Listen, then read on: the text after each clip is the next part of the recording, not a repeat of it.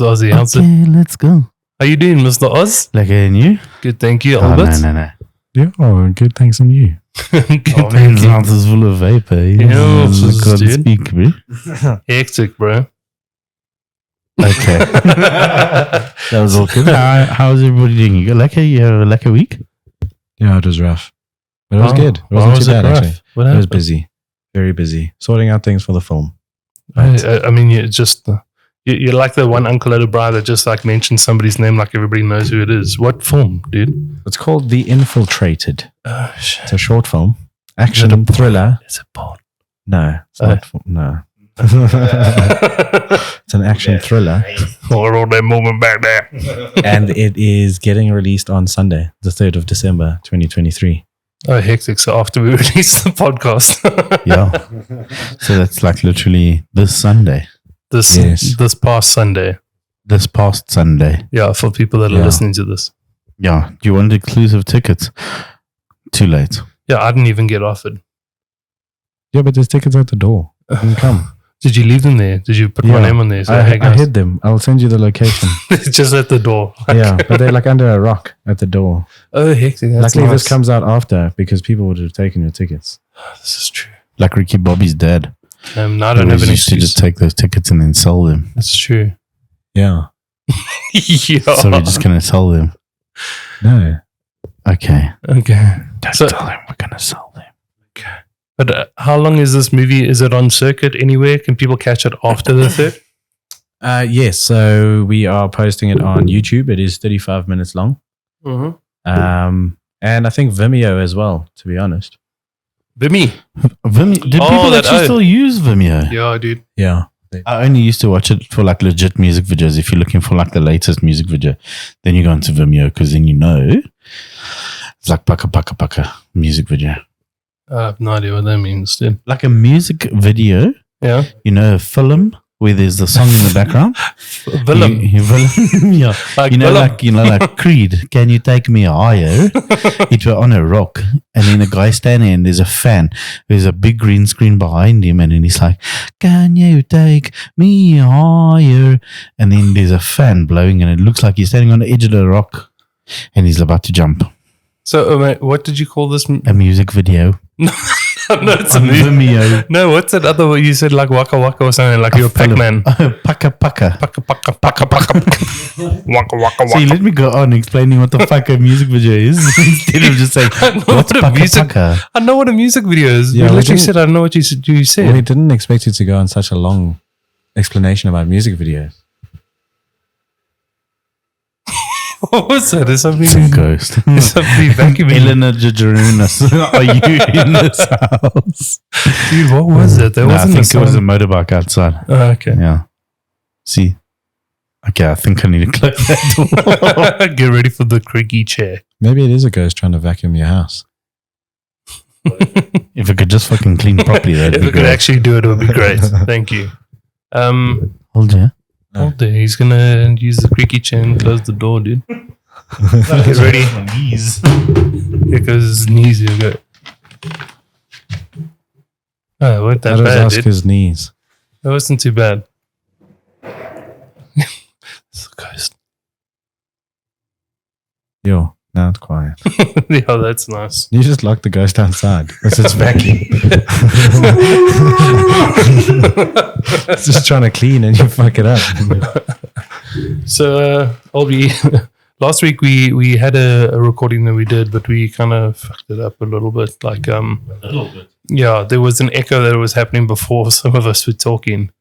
It was really weird. We had sound engineers trying to work it out. They couldn't do it. So it's part of the lost tapes, and we're just waiting for technology to catch up so we can correct that episode and post it.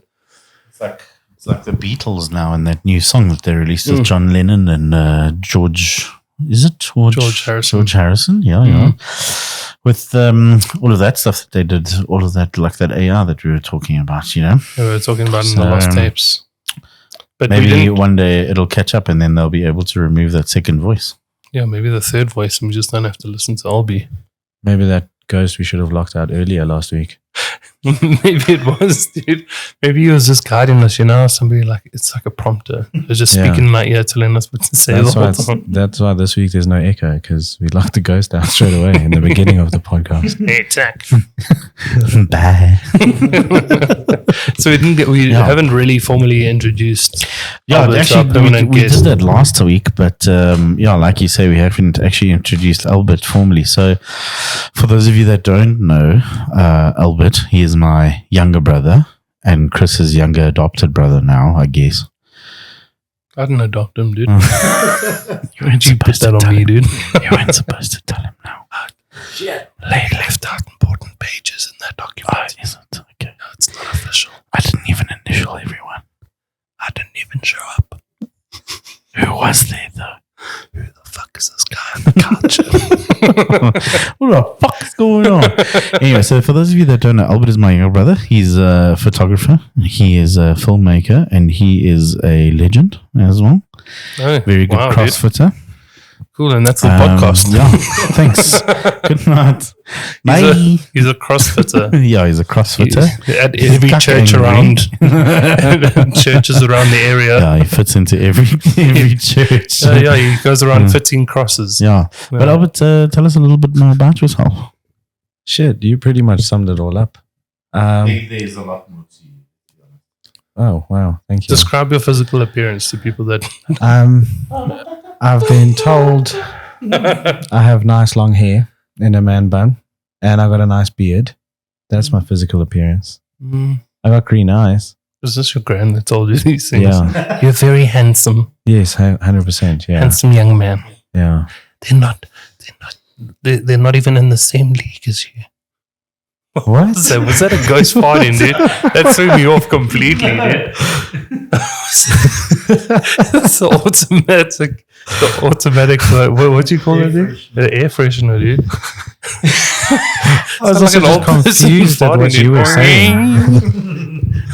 I didn't understand what you were saying. I was just acting as your grand, saying that the girls, you're in a different league to them, and that's you'll find the right one. Very handsome individual. Thank you. Don't worry, boy. Your hair looks really nice. I think her eyesight might be going, because I think just the other day she called me dark and handsome. So that's a bit weird, Fair enough. Not tall. Yeah. To be fair, you're fucking pale.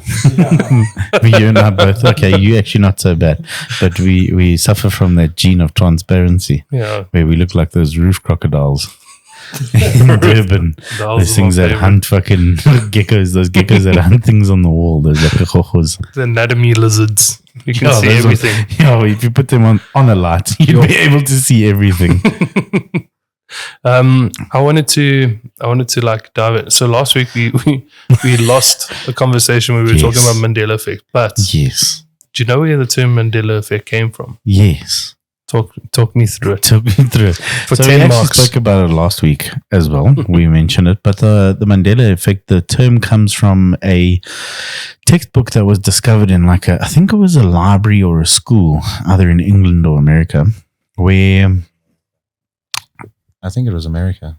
America, okay. We'll say it's America. Can't quite remember. Community notes on that one. Yeah, we'll ask them to check.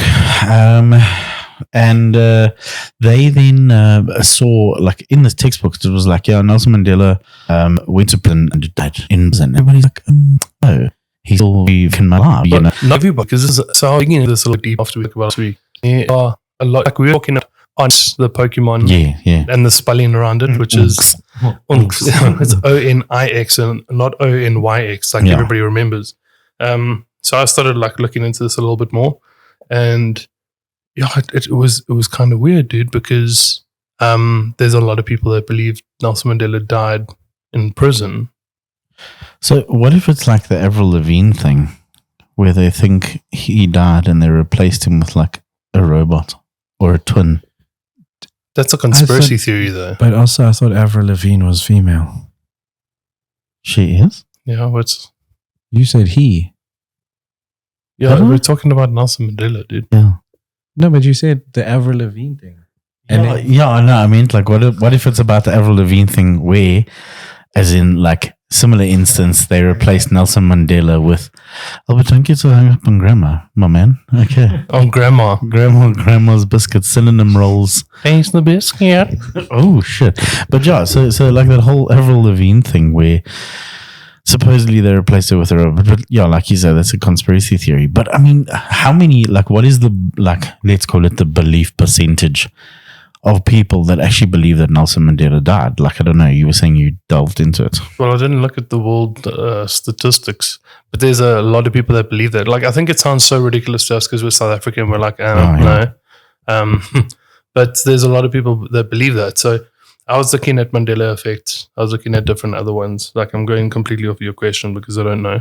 But there was one that I came across this week that fucking shook me, dude.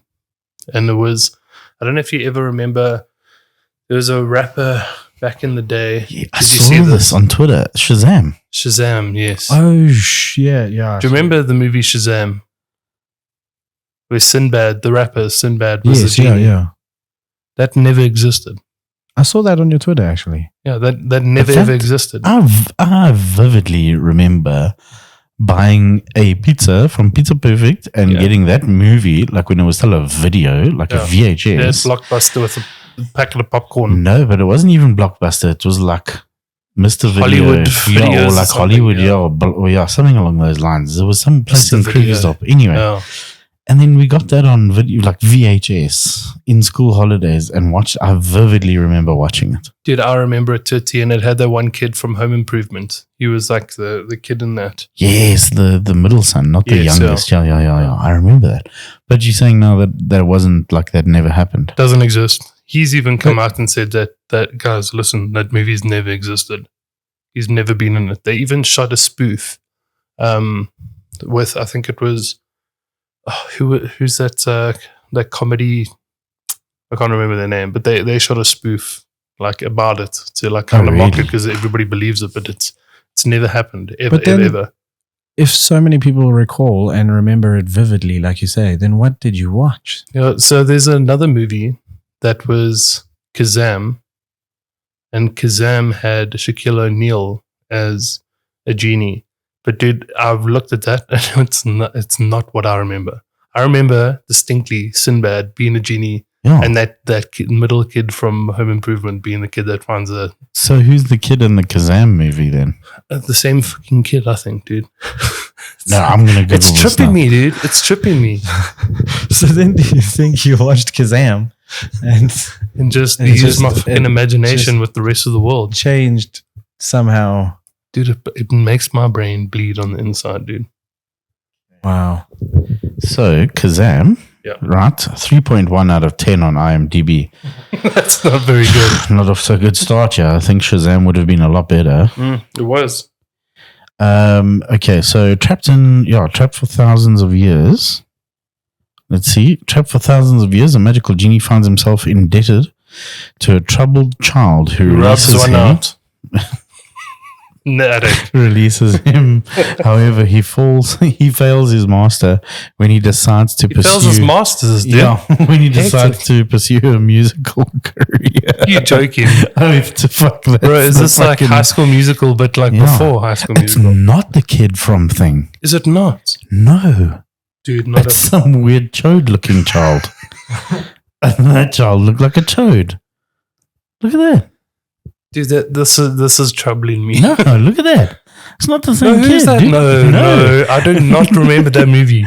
Dude, I've never seen that in my entire I remember this poster. I remember that. Yes. But I remember that it was Shazam and not Kazam. So search Shazam and you'll find that poster, but it'll be Sinbad at the top and it'll be Home Improvement Kid at the bottom. And I swear to God, that is what I remember. This is fucking bullshit, dude. So I'm calling you out, Joe Biden. Yeah. Show us. Where does the poop go? We want to know. No, that child has...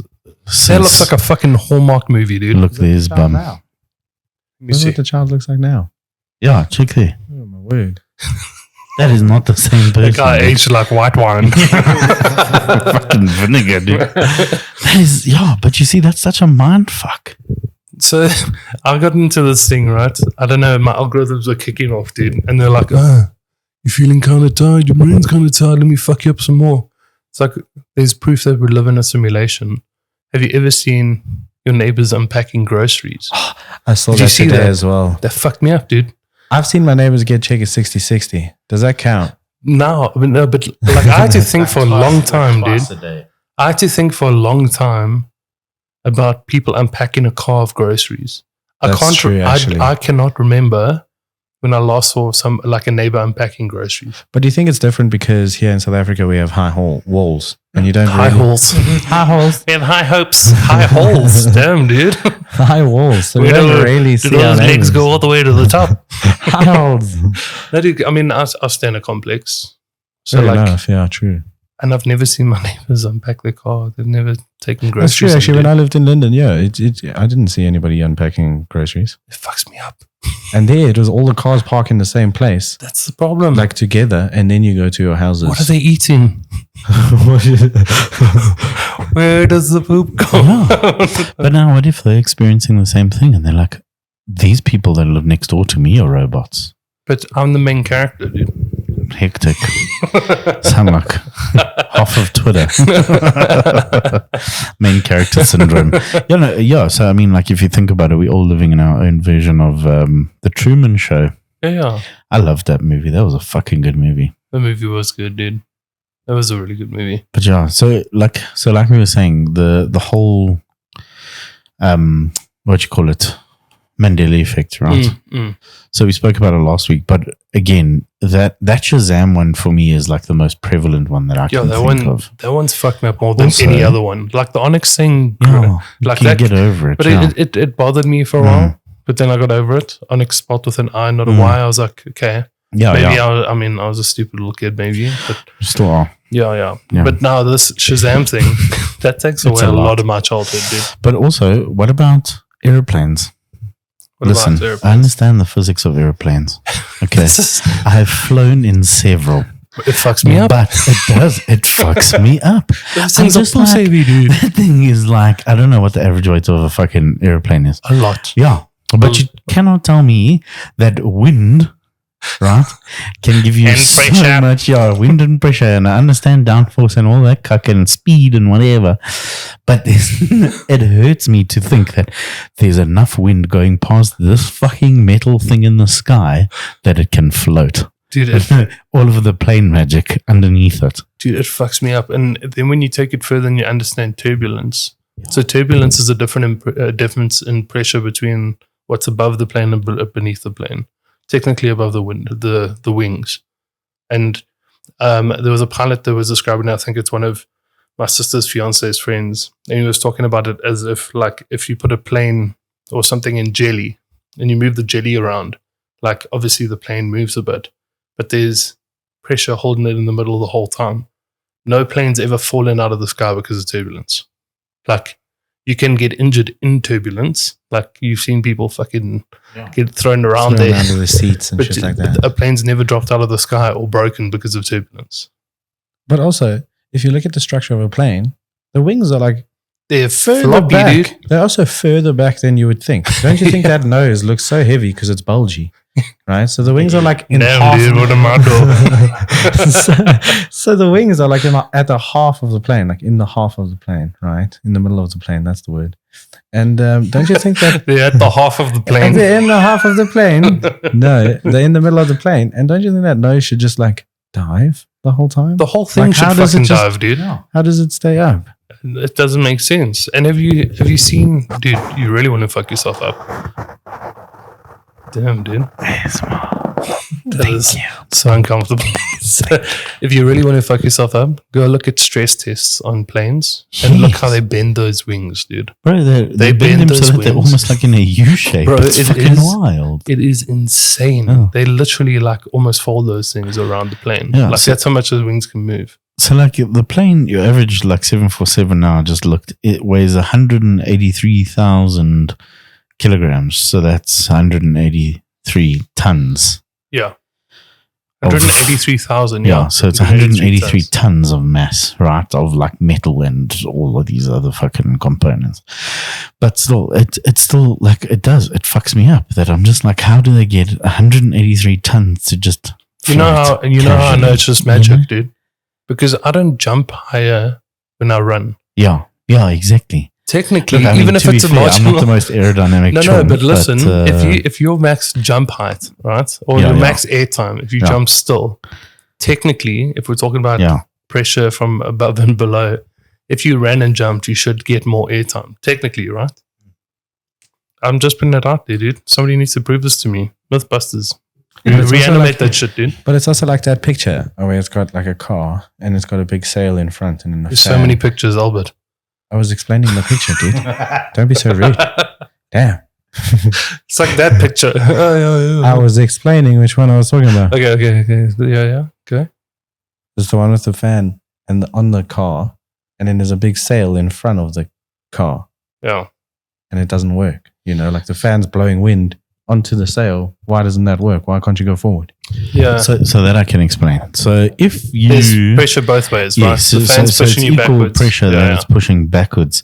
So the fan has to be on something else because that means that the point of relevance of the pressure isn't on the actual car. So that fan is pushing as much forward as it is receiving resistance yeah. backwards. Every Essentially, force has an Yeah. equal and opposite force. yeah. What's Newton's that? second Yeah. law, bro. Yeah, that one. I like in thick F. We can't write that. Yeah. Oh, okay. The greater the mass, the greater the attraction. Yeah. That's better. We That's- can write that. yeah, we can we put can that in write the that. textbook. That's for the Nobel Peace Prize. He literally just wrote that. I like them thick F. And yeah, so the whole idea of that is like if you have the fan behind you like a wind tunnel, then your fan isn't mounted to the car, so it's actually pushing the car away from it. Whereas if the fan's mounted on the car, then it's got a lot Part of of it. resistance coming back. Yeah, so if you think about like those wind tunnels where they do the Aerodynamics skydiving and testing, shit, yeah. you know, like they're not attached to that fan, so they can fly around. Yeah. But if you strap a fan to you, you won't have the same effect. Yeah. Does that make sense? I mean, if you've got a massive fan I was attached to going to say, human, I'm pretty sure. Like I was thinking about it, and I was like, how big does that fan need to be for you to just fuck off like into the air? You know, like when you check those children like doing the fucking wake riding, or not the wake riding, the windsurfing. jetpacks, dude. Oh, Have you yeah, seen that shit. the military jetpacks now that they did on the aircraft carriers, where the guy he flies from one to another, and Yeah. it's these two aircraft carriers between, and he flies like over the fucking ocean. Did you see the homie that attached like an automatic 9mm to his head on a jetpack? Yeah, dude. And like he flies, and wherever he looks, the 9mm like points. And so he's like Oh. literally flying and just fucking shooting shit, dude. I didn't see that, but I saw America, fuck yeah. I saw these ones where these are attached like to their helmet on the bike. So they've got on the front of the bike, they've got the camera on a stabilizer, and then there's a sensor on the helmet. So wherever they're looking, the camera moves and looks. Well, it's like the same that as thing. well. I mean, that's how Apaches work. Apaches literally use like eyesight night vision, guided. yeah. But even the guns, they Yes. like it's all attached to their helmets and the dynamos and whatever is in that thing. So every All time them gadgets, all them machines, goddamn magic mans. so everywhere they look, that's literally where Yeah. shit shoots, dude. That's crazy. That's fucking amazing. And I mean, like, you think to yourself where like that technology's come from. Like, I mean, a couple of years I ago, can tell you where that technology came the from, dude. wars, No, dude. America, Did you ever have that toy? Shazam. Did you ever have that toy back in the day? Which one? It was like so many toys. So many fucking toys. Well, I was telling you which one. So it was like this. You had this little pack that you put on your belt, right? And then it had tubes, and you wore this headpiece, Belt. and it had like a little cover that went over your eye. Yes. And then you shouted, and it shot. Yes, I remember, Do you remember that? actually, yeah. That's where And the then Apache technology came Run from. around dude. like a fucking idiot in the garden going, shoot, shoot, ah. In the meantime, everybody thinks there's just a weird dog next door. Oh, weird Shame kid that next poor door dog. shouting, dude. That poor dog. They really should play with their child. In the meantime, you just took like water coming over the wall. Yeah, Get so Christmas like presents that. from all the neighbors because they feel bad. But like, imagine like in World War II, they had that shit already. Yeah. That would be fucking wild, you know? With water guns. yeah, shooty guns with the Guys, voice. it's Christmas Day. Let's Sorry, put down our shooty, shouty weapons. guns, yeah. Let's play a little bit of footy, and then let's play water wars.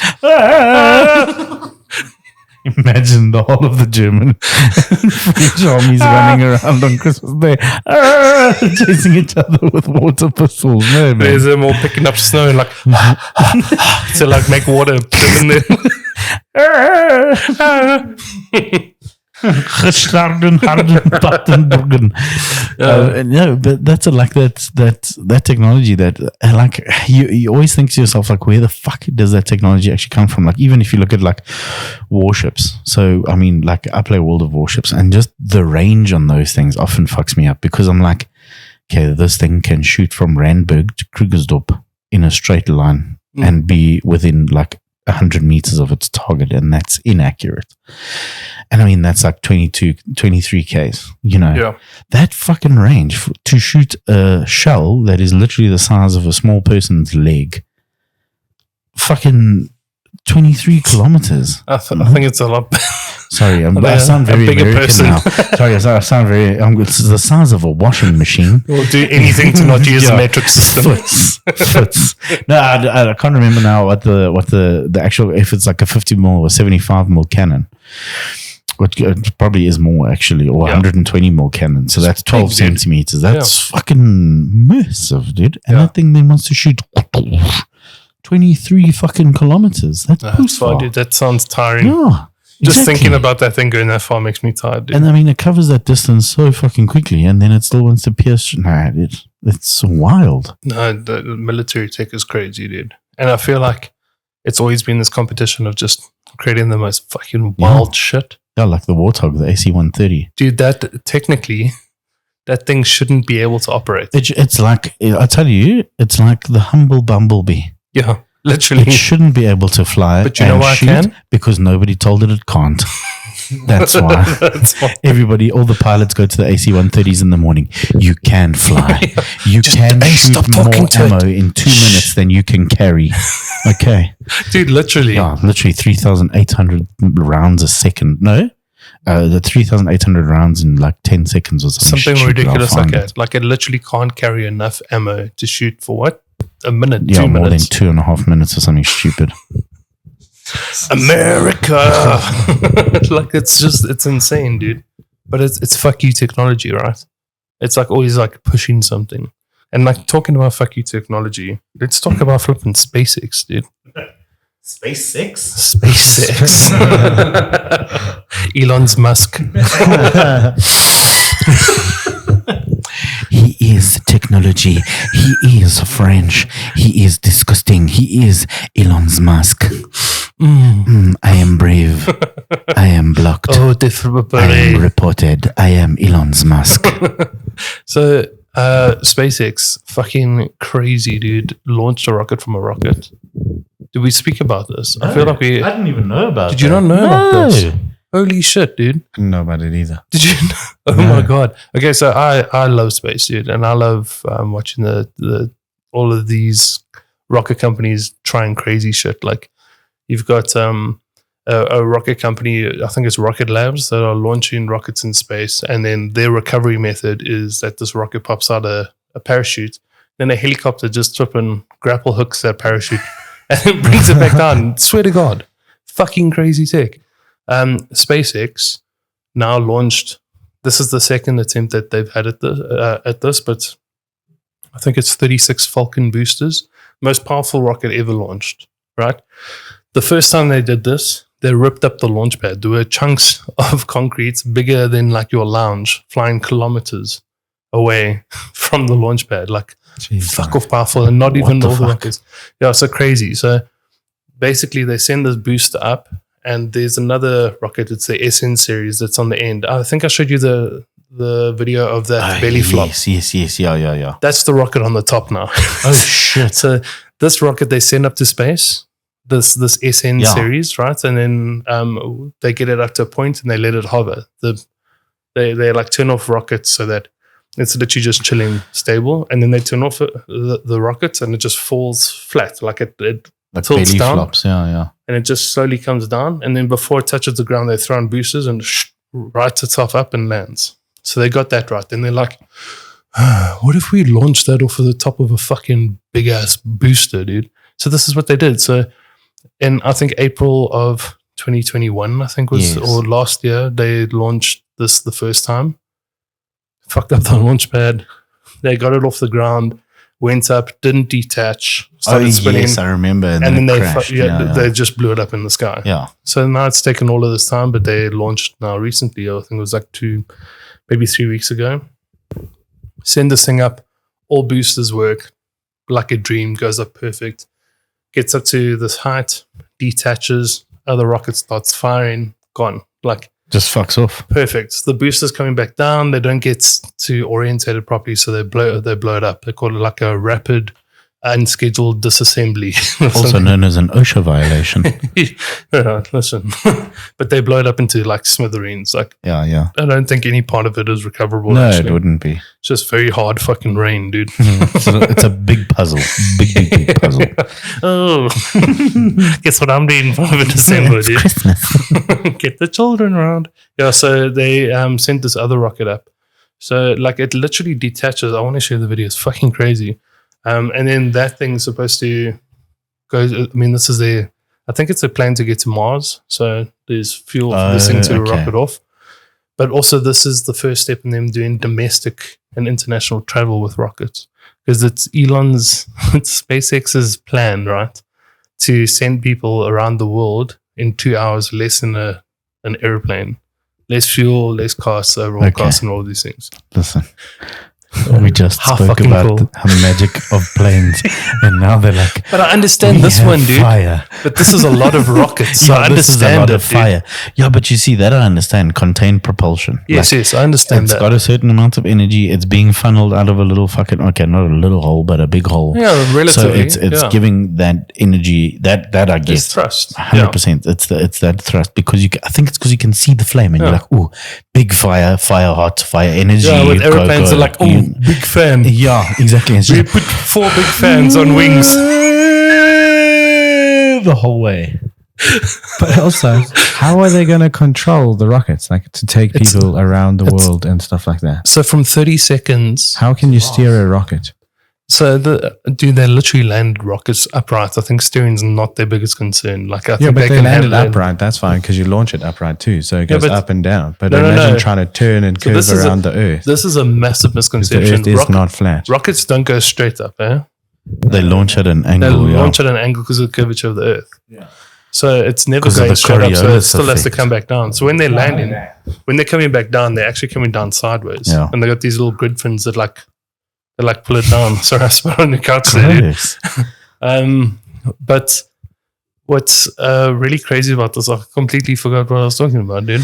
What were we talking about? The travel around the world in less than 2 hours. 2 hours less than a airplane. Yeah, no, anywhere in the world for in 2 hours. That's In the 2 plan. hours. Oh, I thought you meant like 2 2 hours. hours less than an airplane. I was like, well, that's not that impressive, I guess. No, but 2 hours anywhere in the world because 2 you literally go up to hours. space yeah. and then come back What down. about the space Oh, seagulls? what I was saying, yeah, Gotta watch out for you those. could have space And falcons, space chippies. space airstrike, bird strikes. So from 30 seconds in the countdown to the launch until that thing's landed, everything's controlled by AI. Yeah. No human intervention. Yeah. You have to override it. And Why do the astronauts get paid so much then? they don't even fucking have a steering wheel. If they're in making the this thing, computer monkeys do all the work now. All the little monkeys inside the computer. Sorry, wait, just fun fact going back to the howitzer cannons on the fucking the AC-130. Yes. So it's capable of firing 1,800 rounds per minute and it can only carry 3,000. So I was right. Literally, it cannot even carry. Can't even do 2 minutes. Yeah, literally. I mean, it's like me. That is a fucking long time, dude. Yeah, so 800 rounds. that's a lot, dude. Holy shit! Not in my whole life, bro. Yeah, so that's what SpaceX did recently, which was fucking crazy. The whole the explosion. I mean, that second rocket that took off, they just wanted to. they called it like a hot stage. So that's where it like separates and it flies off. They just wanted to get to that point, happy with it, like blowing up and stuff.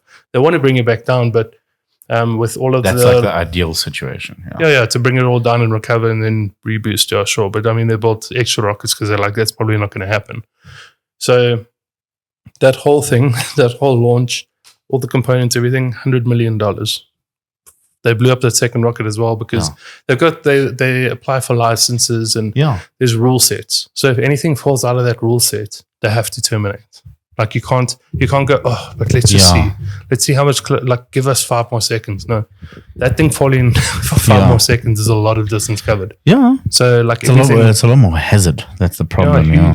And I mean, it's also such an uncharted territory because I mean, like, sure, there's a lot of astrophysics and a lot of aerodynamic research that goes on into rockets and stuff like that. But still, I mean, you take such a risk with detonating stuff that high, especially when you look at debris and how debris travels and so on. Like, I mean, they always joke about like a meteor, like on 1,000 Ways to Die, when Oak standing by the pool and the meteor comes down and fucking pierces him through the heart. And then, what if that's actually just like a piece of old Elon Musk's fucking little shippy that comes, it's lodged in the neck with a fucking aileron.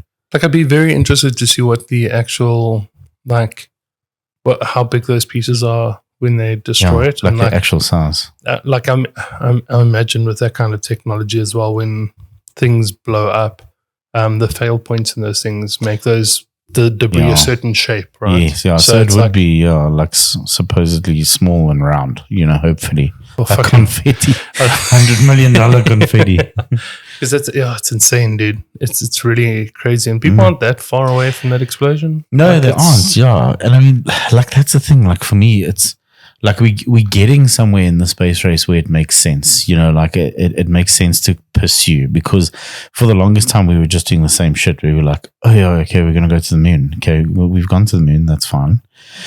We've done the research that we can do for now. Then we launched to Mars and that was big. And now it's just exchanging sort of astronauts on the ISS.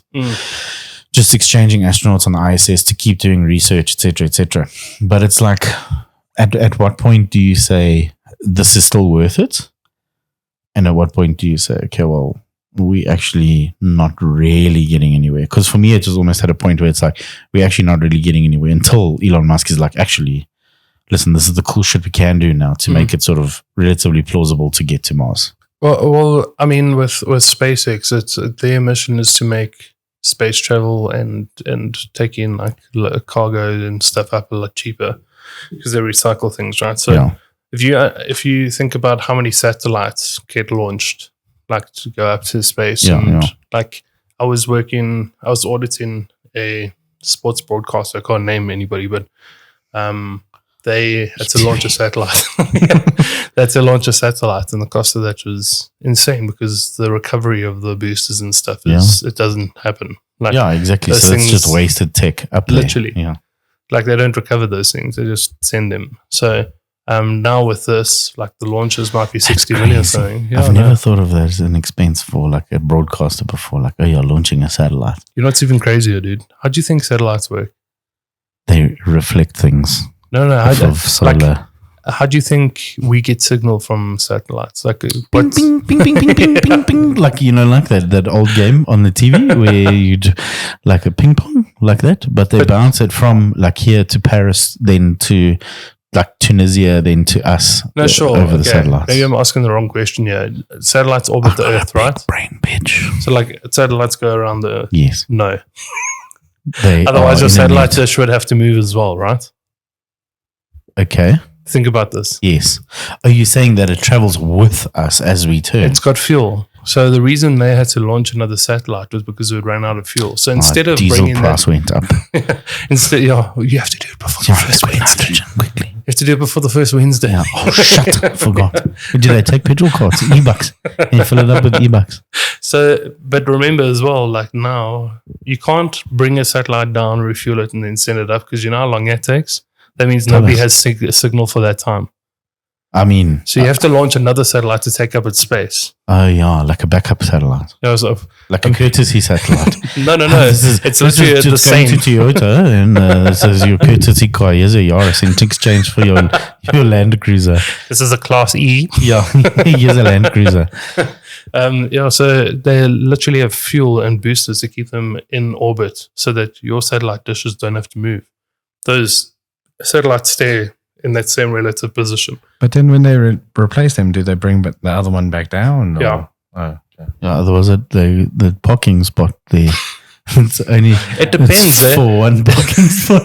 It's actually a really good question. Yeah, no, it is because I mean, like in my mind, Not everybody brings them down. No, like you'd make them disposable, sort of like one shot use in my mind. Because for me, the headache of trying to fucking figure out how that thing's going to come back down in one piece for you to use it again is a different story. And then also, here's something: by the time that thing comes back, you're telling me that the technology is still relevant. Because how long does that thing stay up there for? No, at least like 10 years. Yeah, I wouldn't say that. Probably. I'm not too sure. I didn't ask too many details. I was just fucking dumbstruck with the concept of fucking launching a satellite. Yeah, because remember, this was an asset that I had to verify. That's crazy, young. So how do you verify a Show satellite? me the satellite. Show me through your little telescope, sir, where your satellite is. How much did you spend on the satellite? Yeah, so like that's the thing. It's like this is an Do asset you on have the the load books. test certificate for your satellite? So, dude, it's crazy. So you have to verify this thing. So how do you think you verify a satellite, dude? Through a telescope. Well, you test the ping, right? So you test that it actually exists, that you're getting signal and stuff. So Checks the Cartoon Network and into Channel O. See how quick that happens. But it becomes quite complex. Like there's a lot of, I can't really talk about Like all of the tests and variables. stuff because like you have to prove that it's that kind of satellite. It's got that kind of tech. It's worth that much. That's very specialist equipment. Oh, Like, yeah. you can't just go like to McCarthy and go, oh, can I just check how much your satellites cost? No, sorry, we don't have that in stock. We just sent one That's up. wild. No, but that is. I mean, that's not something I've ever actually considered. Like, I know, I suppose it's just something that we've taken for granted in terms of saying, like, okay, this is satellite technology and satellite communication technology is something that we in our sort of day and age have just taken for granted. Like, even like Wi-Fi and internet is just something that we take for granted. Like, for us, it's almost like a staple. Like, you need internet to survive. Whereas back in the day, it was like when NeoTel eventually comes to the area, we'll get it, or our burst. Literally. So, like having that idea, or like, I suppose if you're in that field and you're exposed to it, it's a relative thing. So it's fine. You're exposed to that. Like, I'm used to knowing what large quantities of liquids look like or are, or how they move. And you and really stuff have like to that. explain what kind of field you're in because I'm- you're like, oh, is this guy, is he a sailor? Yeah, I am actually. Does this guy work at the Vol Dam? Yeah. No, in Deniseville there, No, so I mean, I work in a chemical systems factory or chemical factory, and I do quality control. But I mean, like, we do volumes anywhere ranging from batches from like 50 kilograms to 5 kilogram lab batches, all the way up to we do 25 ton batches. So it's not 25 tons at a time, but collectively one batch is 25 tons made up of 3,000 liters mixing at a time. So that's 3 tons. So that's 25,000 liters. So that is, to put it in perspective, your average household pool that is 10 meters by 3 meters by 2 meters will be about 75,000 liters. So 75 tons of water. So, and if you take a box of a meter by a meter by a meter, so a cube of water, that is 1 ton. So when you, like in the ocean, you're having a jaw there in Belito and you get pushed by a wave, that's literally a ton of water coming towards you. If not, like in a 1 meter by 1 meter by 1 meter space, that is a ton of water, 1,000 kilograms. Do you think if that wave was faster, it could take off? It's not made of aluminum. It's not made of aluminum. It doesn't have any magic in It it. doesn't have any magic below it. Yeah, so I suppose that's also, it's just like a relative thing. So for me, like when somebody's like, oh wow, they delivered 25 tons of fuel, I'm like, your average tanker is 30 tons, so it actually delivered 5,000 less than what it can carry. Like its safe carrying capacity is like 30 tons, you know. So dude, I'm sorry. I'm like, you just reminded me of like a core memory when I was sticking your hand in petrol. when I was in primary school. I remember these kids arguing on the playground. This one My dad's stronger than your dad. Well, my dad didn't come back. No, so I just distinctly remember this one kid. His ears they protruded from his head quite a bit. He looked like a wingnut. So I just remember this kid turning to him and saying, "Yeah, you know, if you run too fast, you might take off." And that just like stuck in my mind. I can see him saying it, and I remember like being so shocked but laughing about it so hard later because it took so long for me to realize what the fuck was going on. What the fuck you just said. Oh, yes, if that kid runs fast enough, he'll take off. Dude. Yeah, you throw him off a roof and he just starts gliding. It's like a safe landing. BFG, dude. Imagine. But yeah, so it is like you say, it's all like relative to your exposure. You know, so like you say, it's not something you've considered that when you started your journey of your career that you were like, one day I'm going to have to audit a satellite. No, dude. I mean, I've like one of the cool things that I audited quite a cool group of companies. One of them was a soccer team, and soccer teams are very unique as well. So those are very interesting as well because how do you can't treat people as assets. Oh yeah, fair enough. So how do you? But they are assets. They are. So assets. How do you value them? Talent, I guess. Yeah. But like you said, how do you justify that expenditure? So the way that you compile like an asset that's a human, like is like you take your contract and you break it down to the appearance fees, like all of those things. So you take a contract, they pay. But do you also break it down to like the experience? So you say it's worth, this person is worth this much because they provide this much value in return to the club. Well, I mean, that will get tied to their contract value. Because if they say, if it's like, so the kid's been paid 30,000 Rand a month, you capitalize that over the duration of the contract. So that for a full year, 360K over 5 years, blah, blah, blah, you know. So that's the value of the contract. But what happens when they get injured? What do you think happens? They get shot like horses. Take him out back, dude. They get shot by horses. Yeah. No, we're going to the vet. We're going to the vet. Just going to go. We're going to go to the farm. We're going to go for an ice cream. Come, get in the black Escalade. We're going to go for an ice cream. No, so they literally they write off part of the contract. Hectic. So like that portion of the contract would be, but do they reclaim it? So do they try to reclaim the costs? So like if you've got an asset and you want to get rid of it, you sell it. You try and reclaim costs. That's a separate circumstance, but yes. There's profit and losses on the sale of players. 100%. Yeah, so let's say let's use Brittany as an example, right? So she broke her leg last year. Yeah. So if she was say worth 5 million Rand to a team over a 5-year contract, so R1 million a year, just for round figures, makes it easy for my BA brain. Yeah. So she broke her leg. She was out for minimum, say 6 months with rehabilitation. Well, let's say it was a 6 million Rand contract because that's 1.2 million a year, which makes it 100,000 per month, right? So it's easier. Big brains. Check out this guy. That's why they pay you the big bucks, eh? They pay me fuck all, dude. I'll speak to them. Guys, pay me. Whoever they is, listen. Yeah, so I mean, you take that. So she's out for 6 months, so that means it's 600,000 Rand. That's minimum, an impairment to the asset. I'm saying minimum because there's a lot of rehabilitation that goes into that. So that's actually, there's more expenditure because now you're losing that money because they're not bringing in money or revenue. But you're then also losing more because you're actually having to spend on physio, medicine, etc. So, I mean, those are the normal expenses that a football club would work into. Yes, I mean, that's their financial planning. Yeah, but you impair that asset because you're making no money from it. Yeah. So an asset is something that you recover value for longer than a year. Yes. Right. So their value is in that person's talent, and they quantify that by the value of the contract for the year. Yeah.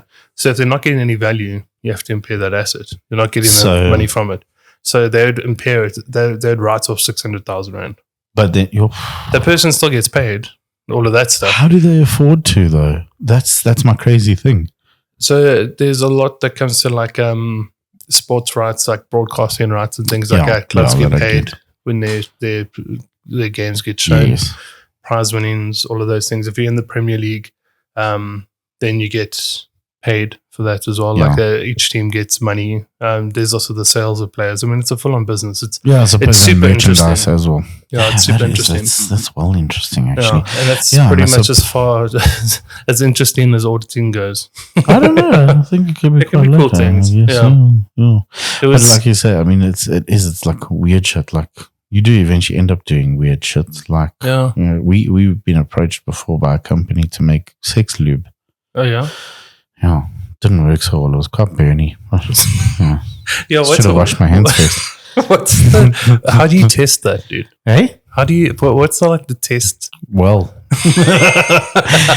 so funny enough. So you don't so we would take, say, something that we know has certain properties for lubrication. So you get a general formula, like a lube for sex is actually very easy. That's quite easy in terms of saying that there's so much of it's been made. It's actually very difficult to make because you have to get everybody to spit in a giant vat. It's horrible. Weird smell afterwards. So like that, because there is so many formulas readily available online where, like companies like, say, Protea Chemicals or CIM or those places, they often release a formula book where they say you need so much of this, so much of this, so much of this. They don't necessarily list name brands, although they do.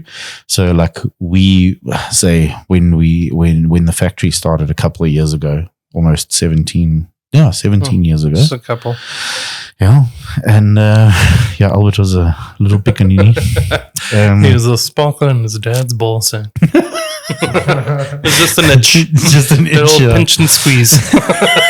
Pinch and roll, yeah.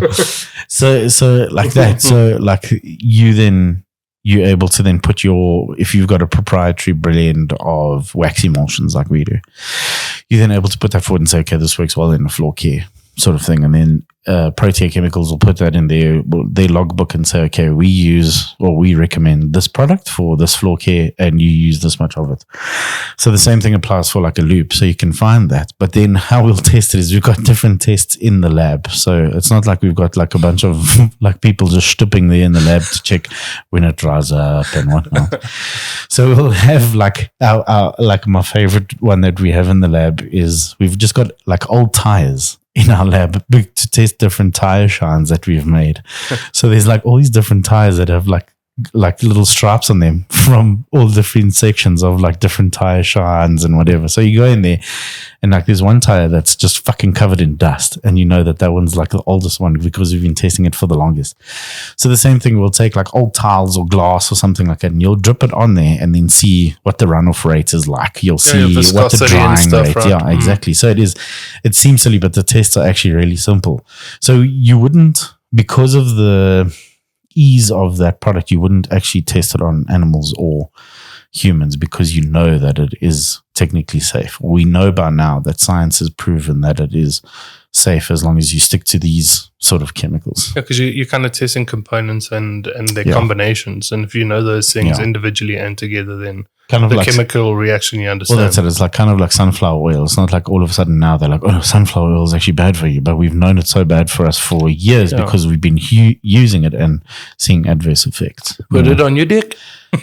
No, that's coconut oil. Yeah. Albie, you've been very quiet. You've been leaning over here, holding your hip. You're right. What's some new technology in the camera and filming industry, actually?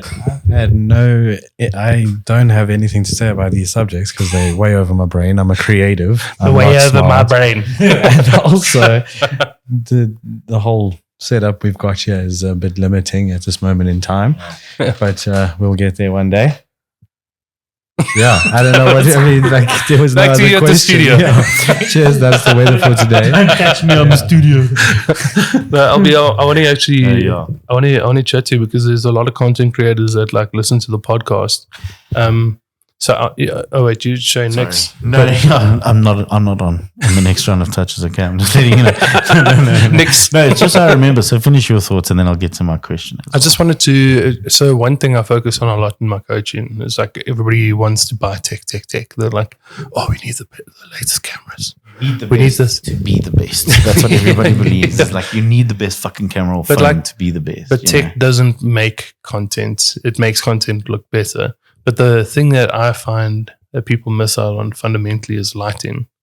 Like they don't get lighting right. So like what I found is like I had a really shitty camera. I think it was like a C9, this C270 or whatever it was. But I got such exceptional quality out of that because I did two things. I got my lighting right, and then I used a green screen, which was just 200 rands worth of bright green fabric. I let the grannies help me there at the fabric shop. Shamdor. So the camera had less things to focus on. Just had to focus on me, and I was well lit up, you know. So with your experience in film, how much is like lighting? How important is that for everything? Like? So I think lighting is probably the most important part of the whole film in general. In lighting, I mean, in creating the film, lighting is the biggest part of pre-production because it creates depth within whatever scene you're doing. So it's not only lighting the subject and making sure people see what the subject is, but it's also making sure that important little like things in the background that you want people to notice are lit as well. And also creating the depth so that it's not just a flat image. It's like a 3D image, you know, so people can see where this person is in what room or what area and things like that. So lighting, for me, yeah, you definitely do not need the best camera, the best lenses, anything like that. Lighting is probably the most important. And something that's so important about what you were just saying there as well is like you said that there's depth, like depth to camera, like depth to the image that the camera is creating is really important. And this is something that creators fuck up, dude. Yeah. Because what they do is they throw a light behind the camera, and that's the only source of light. So that light is shining flat onto it's flattening somebody's face. Yeah. Because you don't see any shadows. There's no shadow like on either side of the nose or like the cheekbones, whatever it is. It's very 2D. It's just like very a flat 2D image. Yeah. Flat images. So like I'm like learning right now. So my advice to them is like a 3-light setup is the best setup that you can have. That's 245 degree and a hair light. Yeah. Which is fucking insulting to me. Yeah. You should dim that one down, actually. A shiny light. Is that right, or is there a better setup? So there is a 3-point lighting system, which is probably like the base of any lighting system you can use. Even in the films today, the base they start at is a 3-point lighting system, and then they add wherever they need light. So one right next to the camera. So camera, and then say to the right or left of it, you have your key light, which is the one that'll light your subject. And then you've got your background lighting. So that'll just behind, so you don't see it in your frame or in your picture. And that'll just literally just point backwards to the background, whatever the background is. So that adds the depth already. And then you've got one coming from the left or the right, not directly on, just a little bit more next to the key light. Yeah. And that is adding your shadows then. That'll add your shadows to the right or left of your subject. That's for lighting a person. But even for lighting an area, 3-point lighting system is the best way to do it. So like the next thing people say to me is like, oh, but I can't afford key lights. So my lighting, like I don't think I've ever shown you my lighting, but my lighting is 3 ceiling fans that have been no, dude, I swear to God, they've been welded onto the top of a random piece of metal, like this pole. The fans you have in your room. Oh shit! Okay, yeah. So, been welded onto that, and then on those ceiling fans, you know, they're like those. I mean, on those lights, they're like those lights where they got that little plastic disc in front. Closed pegs with wax paper over that for diffusion, right? So I've got the soft light on one of those that comes. So if I'm watching my screen, that hits me this side. Yeah. But all my lights are in one place. But I've got a white ceiling and a white wall. So I don't have diffusion on those other ones. So I shine it against the wall. Yeah. And I get like a softer look of the right. Yeah. And then the other one's pointing to the roof. So I get a softer fucking bald headlight. so like that's how I've set my thing up. So everything's going from one focal point, but I'm using white walls and Like you're bouncing the light off correctly. Yeah. So But or that's putting even white it, like- white objects in front of things. And when it lights up that white object, that gives you a white light. Exactly. But also, another way to like make your face look softer and things like that. So if you Moisturizer. Yeah, moisturizer. That's a good one. Nivea for men is a good one. Damn, I've seen Sia Khaleesi use that one. That's for the skin, Not eh? sponsored, guys. The 1, 2, 3, 4 skin. Also, this is also coming from somebody Gross, dude. who sets an alarm on his phone to moisturize. Oh, my man. How many times do you moisturize a day? My man. What's up, dude? Give me a dab. Dab me, dude. Dab me up. Dab me up. Yes. My man. Moisturize my head. It's that time of the morning, boy. And that's how Benji was created.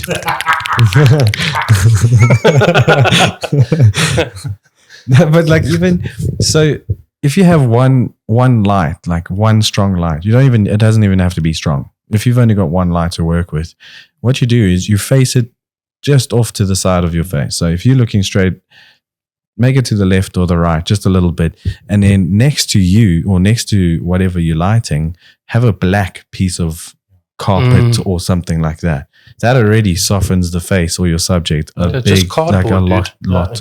Paint cardboard. Absorbs a lot. Just a little, exactly. Because But that's what even- black does, right? Black is the absence of light. Yeah, So like it literally it pulls the light away. exactly. So it's pulling it away, making you already softer. But even as you were saying earlier, like people say they don't have a key light, things like that. So your key light doesn't have to be the strongest light. It can be your weakest light in the thing, in your like box Setup. of lights or your setup or whatever. But it just has to be brighter than your other lights. So if you've got a key light that is dim, make sure your other lights, your background and your other light is just dimmer than your key light. Your key light just needs to be the brightest in your setup. But it's also really important that people understand that a key light, it's literally terminology for your main light. This is the one that you pull in the most. So it's quality not from. like an actual Elgato key light. It's that not we are talking it's not a about. brand. It's not a name. brand thing. This is not a sponsored podcast. Not yet. Not yet, yeah. Hit us up for key lights. No, but it is like it's your focal lights. It's your main light. And you just said a really important word, and it was something that you're touching on earlier as well, is that lights points people's attention to things. Yes, yeah. So like if you want somebody to notice something, you shine a light on it and the camera picks up. Yeah, you Cameras make it pick up noticeable. light, right? Yeah. I mean, this is the simplest explanation of why lighting is so important, is that a camera takes light and turns it into an image. That's exactly it. So if you're not lighting up things properly, because I had somebody that went and they bought like an expensive DSLR camera, set it all up, but they're using their normal ceiling, like literally switch on the wall lights. Yeah. They're like, oh, my camera quality is so shit. I'm like, what light is it working with, dude? Like that's it's the just thing. So, capturing I the mean, same light. Yeah. Like, it can't work with anything more. It's limited. But that's why your best webcams for the right lighting are Xenon 20 and a Brio. Basically, if you're looking for entry level stuff, then you can look at a Xenon 22, or even like you said, that C720, C270. C270, that old school. I don't even one, think yeah. you can get that. Yeah, exactly. You know what the best camera is? Why did I speak like that? Camera. My The mouth one that stopped you working, have. dude. My lips stopped moving. Did you see that, It's dude? because they're dry. I'm just seeing if I can raise both my arms above my I head was quick. gonna say, do you smell toast? No, You smell I'm good. toes. I'm good. Do you smell toes? Yes. No, yeah. So it's what are you talking about? The best camera. Sorry, Best camera that everybody's literally got. the one you have. Good answer. Your but phone. Yes, it's your phone. Your phone has so much fucking technology built into those things. It's better than any webcam that people are getting. It's like if they grab, I mean, I'm not talking for like film grade stuff. I'm saying No, but webcams I at home. mean, it's true though, even like, because as you were saying earlier, people go out and buy the best equipment because they think a better camera will do better things and make better content and things like that. But there's a page on Instagram I follow where the guy literally just makes content with his phone. And it's exceptional, He right? puts his phone on a gimbal and it looks exactly like a cinematic film. Like it's a beautiful, beautiful content. But as like a webcam, you're not going to get a webcam that's got the same technology as a phone. But you're spending like 2,500-3,000 rand on a webcam, but you've got people definitely have old phones. I've got like an S8 that I was showing one of my clients. I was showing them the quality of it. They were like, "Oh, did you get a new camera?" I'm like, "Yeah, it's a DSLR, this and that." And we're talking on the call the whole time. And they're like, "Dude, just this camera is so nice." And then I took a photo and I sent it to him. It was an S8. Yeah. And I was like, "Dude, this is what you can do with these things. Yeah. If you go into pro mode, you can control all of your lighting, all of that stuff. It's you way can better." even set LUTs on a pro mode, if I'm not mistaken. And that's the next thing I actually want to speak about. LUTs are so fucking important. So important. Listen, take it from someone who's pale. LUTs are very important, because the problem is, if you've got good lighting, like you've got bright lights, they're really lacquer. And if you're lucky enough that you're on your ring lights or whatever, like I've got a ring light that I can set the brightness of it, but I can also set the warmth and the tone of the light. So it's not like the bright blue light, so it looks like I'm in fucking twilight, and that I'm about to sparkle. Yeah. Better, this is the skin of a killer. Oh, don't look at me. I'm a cheeseburger.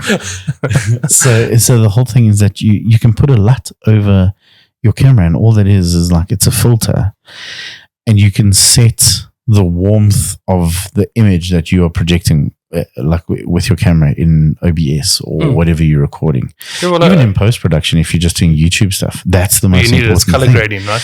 It's color grading for live, your live content, and you can throw it over any video source. But basically, in a nutshell, a LUT is corrective. It's literally correcting the colors to what you see with your natural eye, or if you want to enhance different things. Yeah, exactly. I don't know. I mean, you're coming from the film side of things. Color grading in live streaming, like with lighting and stuff, people can't always get it right there, but a LUT covers it quite a lot. Yeah, no, that definitely for live streaming. So like, lighting can only do so much. It does a lot. It definitely is the first point of your setup you need to focus on. But then for live streaming, LUTs are very important, because in the film industry, you can get by with LUTs. I mean, without LUTs, you can sort of get by with the lighting, because you can manipulate it a lot more than when you're live streaming. And you're working with high grade stuff. Exactly, yeah.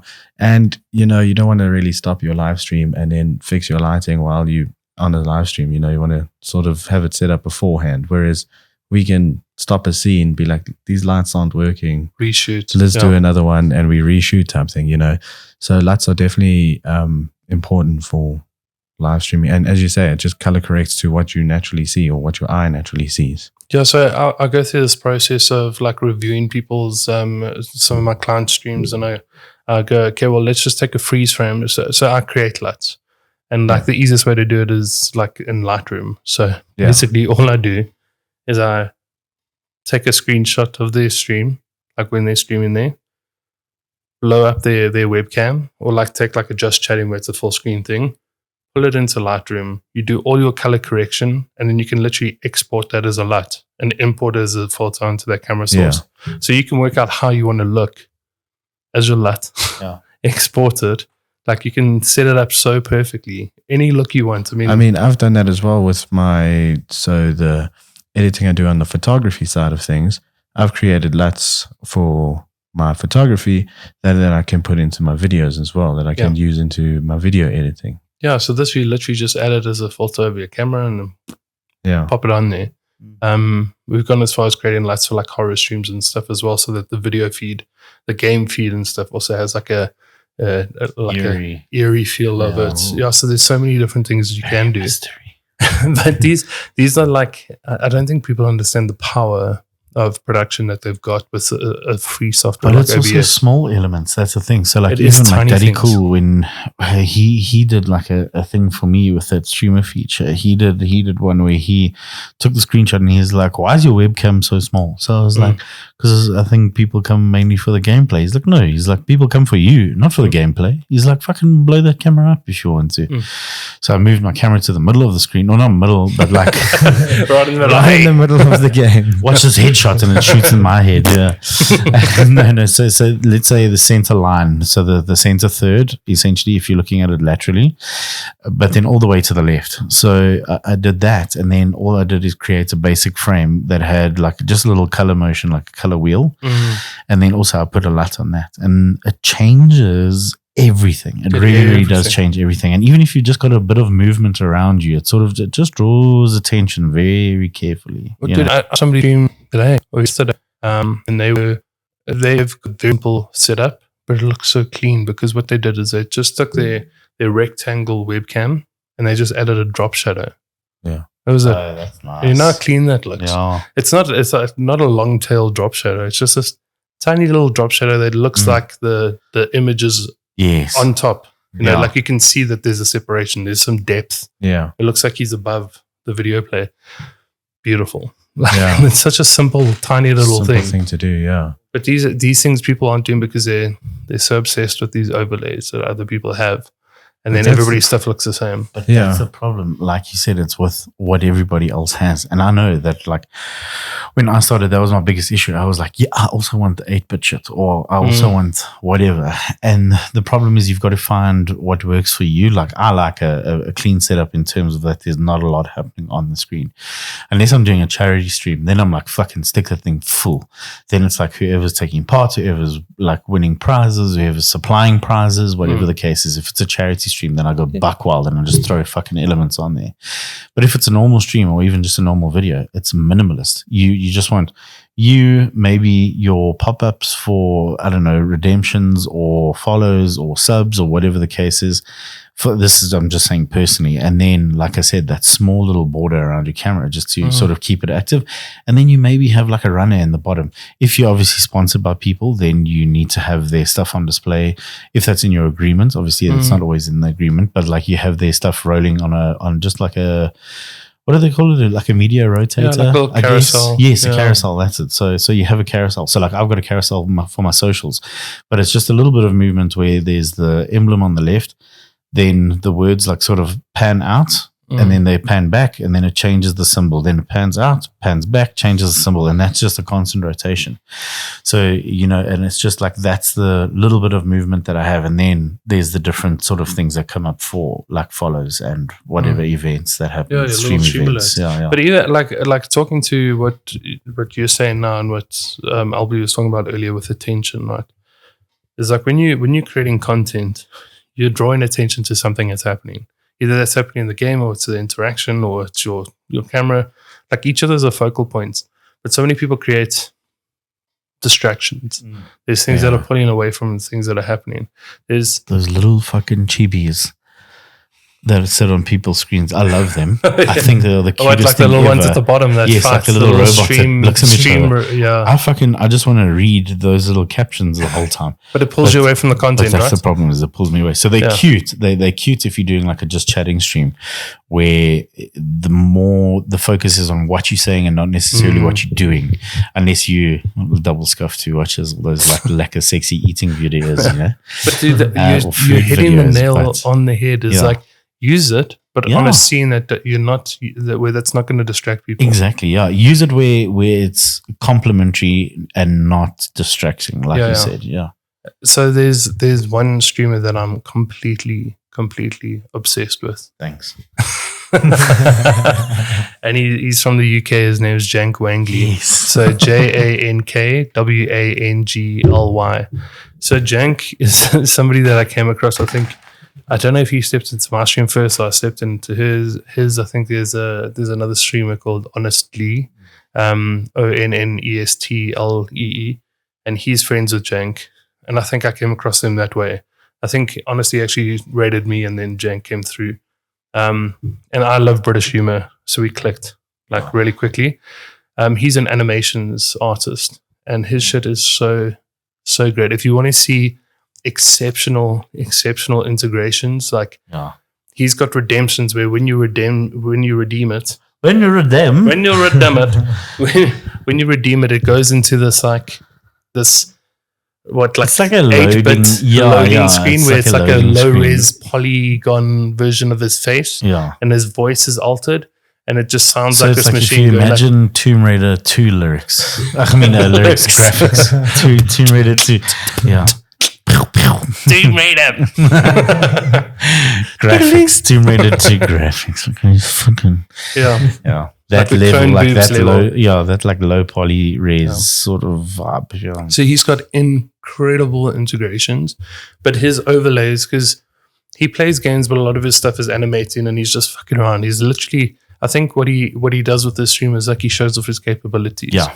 So it's almost like he's profiling his capabilities, like you say. So he's got this overlay where there's like different blocks that goes around, and each of them are like revolving blocks. Yes. Some of them are adverts, but they're just the most ridiculous adverts. So one just says bears. Yes, yeah, and it's like, and it's got like these two bear heads that pop up from like the top and the bottom, and then it's like this like red and white flashing like bears, like Bears.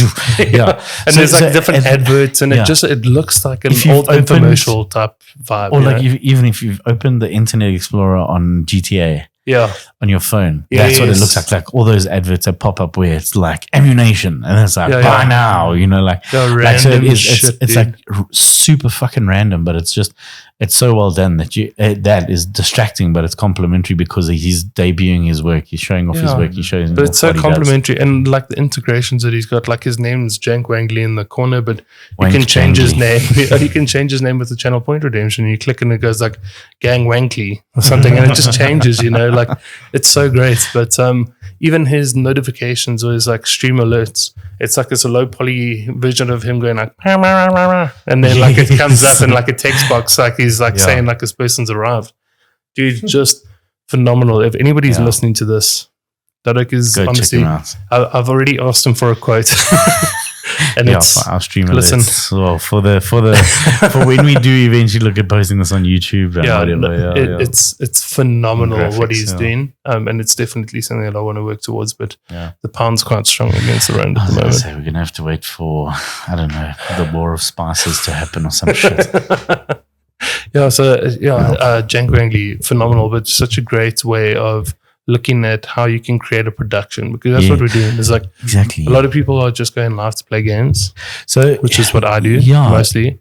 But like I'm not looking to create a full production out of what I do. Like I've put a lot more focus onto other content creators and my own content that I'm making. Yeah.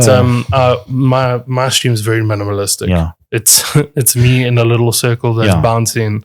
And you're there for the vibes. That's it. But, you know? but everything's like there's no like I don't like the distractions. No. I don't like a busy screen on my side. Yeah. Like You know? yours is cool because you've got like the little 8-bit explosion that happens when something goes on.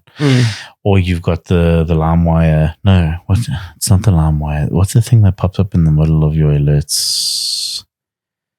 I think it's when somebody follows you or when somebody subscribes. There's like something that pops up in the middle or like in the bottom. like the little lower writing, third. the little like scruffy writing. Like, Yeah. And that for me is really funny. Like I thoroughly enjoy that.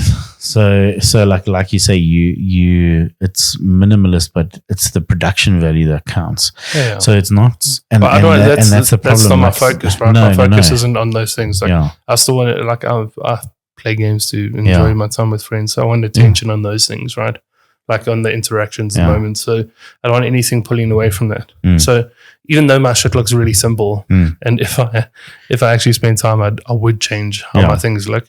But my objective is being met. It's not part of your goal. Yeah. Yeah, exactly. So I mean, why fiddle on it and change things to? Yeah, I mean, we as people, creators, know that those things always fuck out if you mess with them a little bit too much. You know, without like sort of actually giving it the proper attention that it needs to set it up properly. So with that, you almost like you say, you're trying to create this production, and it doesn't. It just has to be. And I think the most important thing is it has to be the content that you want to watch, because at the end of the day, if you're not enjoying it, nobody else is going to watch it, regardless of whether they enjoy it or not. You know. Yeah. So I mean, like one it's of the niche. That's it. That's the big word, and that's the one that I coach the most. Is like saying, okay, well, you need to look at niche dominance. Yeah. So like identify something that you enjoy and like become well known in that. People go, oh, but how do I decide on a niche? Like how do I? So I always say to them, what do I say, Ozzy? Hey. No. I thought you were going to say it. How are you doing? That's why I always say, like, what's something that you want to watch that nobody else is creating? Yeah, exactly. Right? Because if nobody else is creating it and you want to watch it, then there's your niche, dude. And when you do it, other people are also going to want to watch that. You're not the only person with that taste. And if you do it right, a lot of people are going to want to copy it as well. That's the last thing. So you see a lot of copycat things happening, but the problem is that you get people that can copy, and then you get people that can reenact or recreate. That's the difference, I think, because people that can copy, they can't put their own spin on it. Somebody that can recreate, they can take it and work with it. So you see that most commonly when people start playing popular games and stuff like that. And I think my favorite example of niches are the creators are at the moment. I love that. Actually, there's 4. So there's 4 that I want to mention. So creators are his whole thing. ZAR. Sorry, ZAR. Yeah. So with that, his whole thing is that he just plays indie games. But they're the most fucked up games, dude. They're so great, dude. They're so fucking great. I know I've already said the word janky today, but it is, dude. But they are janky, and that's it. Like I saw even this week, he was like, you know what? It's such a tough thing to do because you come across some games that are AAA title worthy, actually, because they're so well done because of how passionate the game developers are. And then you get some others that are just buggy nightmares, and they are horrible to try to play through on stream. And that's the problem. It's the risk that you take, because if it's terrible to try and play through, then your continuity is a bit fucked. But in a stream, if that's your brand, it falls into it. Yeah. But if that's your brand, then it's continuity in itself, right? Yeah, so exactly. If your thing is like, I'm going to open this lucky pack and I don't know what I'm going to pull out. Yeah. Like there's excitement for that. Yeah, that's the excitement. 100%. Is like, this might be really shit. Yeah. But like, that's fine. That's part of the brand, right? Yeah, so that's okay. Like you don't have to play games that are perfect the whole time. No, exactly. And that's what he does. And it works. It really, really does. And then Kazupenga as well. Just said that stepped away. Yeah, that he stepped away. But I mean, it's for valid reasons. Unfortunately, I mean, it's He's one of working those with hard actors decisions. now, Yeah, exactly. But I mean, that's it. This is what his main goal always was. So it's a tough decision, but unfortunately had to be made. I think he put VTubing on the map, dude. He like, did. VTubers, there's a lot of really good VTubers. Like G-Max. You got Gamma as well. Gamma's incredible. Yeah. Like they really are amazing. But I think like Kaizo bridged that gap between the two. He did. He brought a lot of. I want to call us normies. Like no, it is. Yeah, it's people that wouldn't traditionally like go out of their way to look had for no interest in it, really. Yeah, exactly. Or it wasn't like we knew about it, but didn't quite understand it or look into it. And now I'm like obsessed. Yeah, it's such a fucking cool concept. It's insane. Like one of my favorites as well is Sulky Cats. Yes, no, she's fucking hilarious, dude. That chick's humor is on point. Man, it is funny, and that's it. Like it's become a whole risque persona. content. But fucking hilarious, but I mean, dude. So my thing with that is that it's her whole persona online. So it's not just who she is on stream; it's who she is online. It's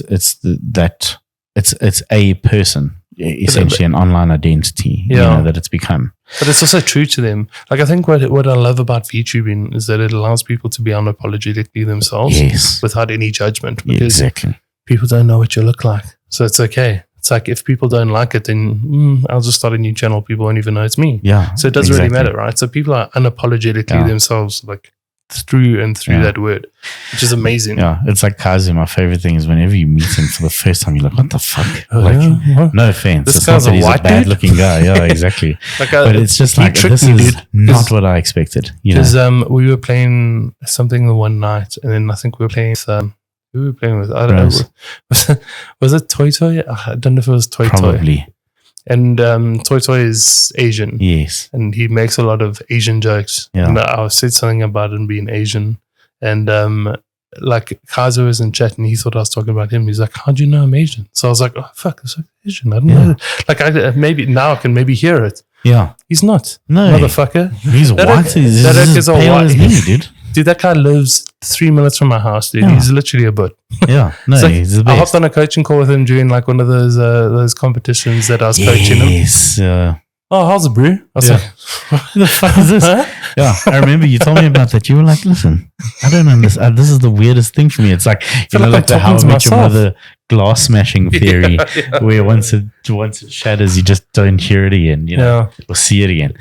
Yeah, so him, and then also I must say, Marty, the way that he's doing his content, or double scuffed for me, that like cozy ASMR, really tidy, really clean, not ASMR, but just it's just different. It's just got a very cozy, wholesome eating vibe to it, like mukbang, like wholesome mukbang. Let's put it that way. But and it's intellectual content. It's not like a no. Like I can't stand that. But it's also intellectual content because there's a lot of other things that he covers. It's thought provoking. Yeah. Yeah, it literally feels like you're hanging out with a friend. Yeah, 100%. And then Marty's nailing that. That's really cool. Yeah. the last two for me are Pez with the potato fucking filter. She brought that in, dude. She fucking owned that. And I love it. I love seeing her because I know that that's her.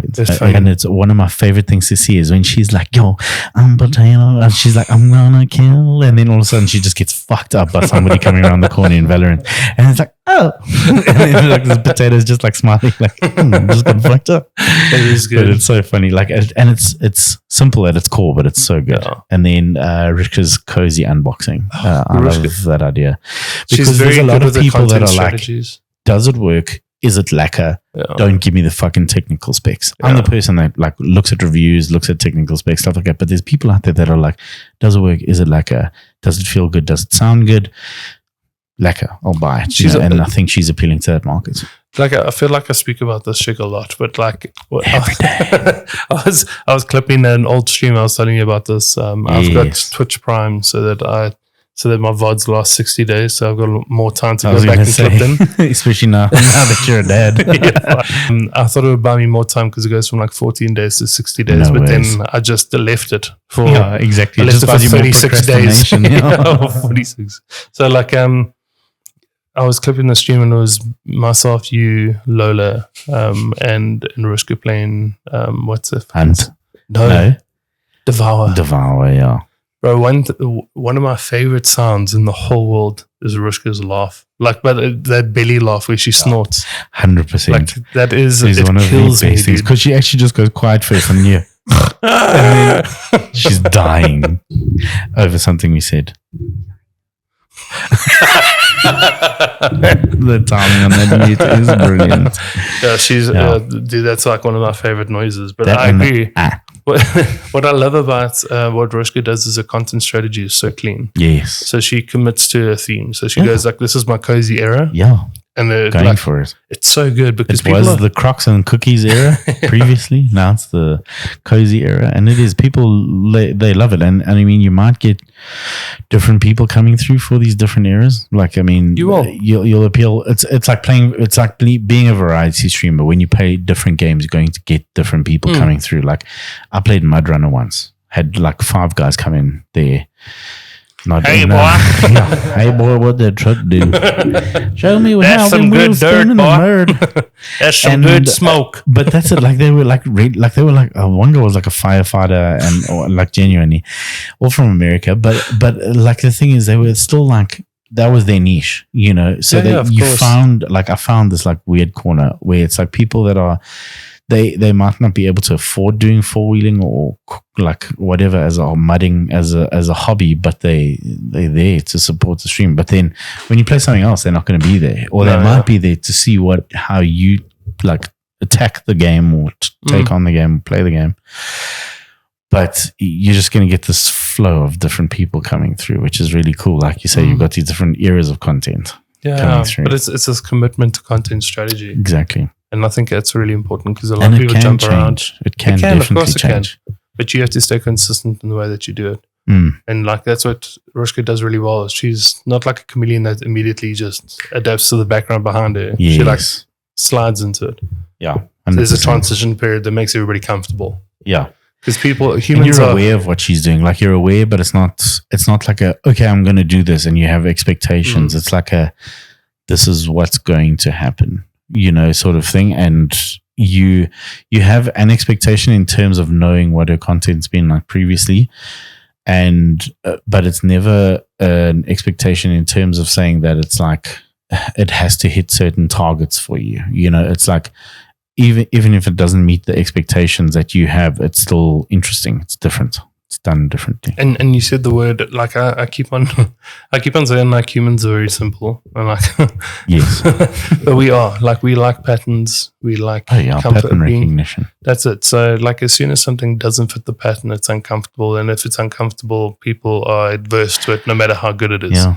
So if you're not slowly transitioning towards a new pattern, it either makes you think and engage with it, or it just makes you uncomfortable and leave. That's sort of how change works. Yeah. Should we try this whiskey? Yeah, let's try this whiskey. Open it, it's yours. Oh. Okay, I'm going to read.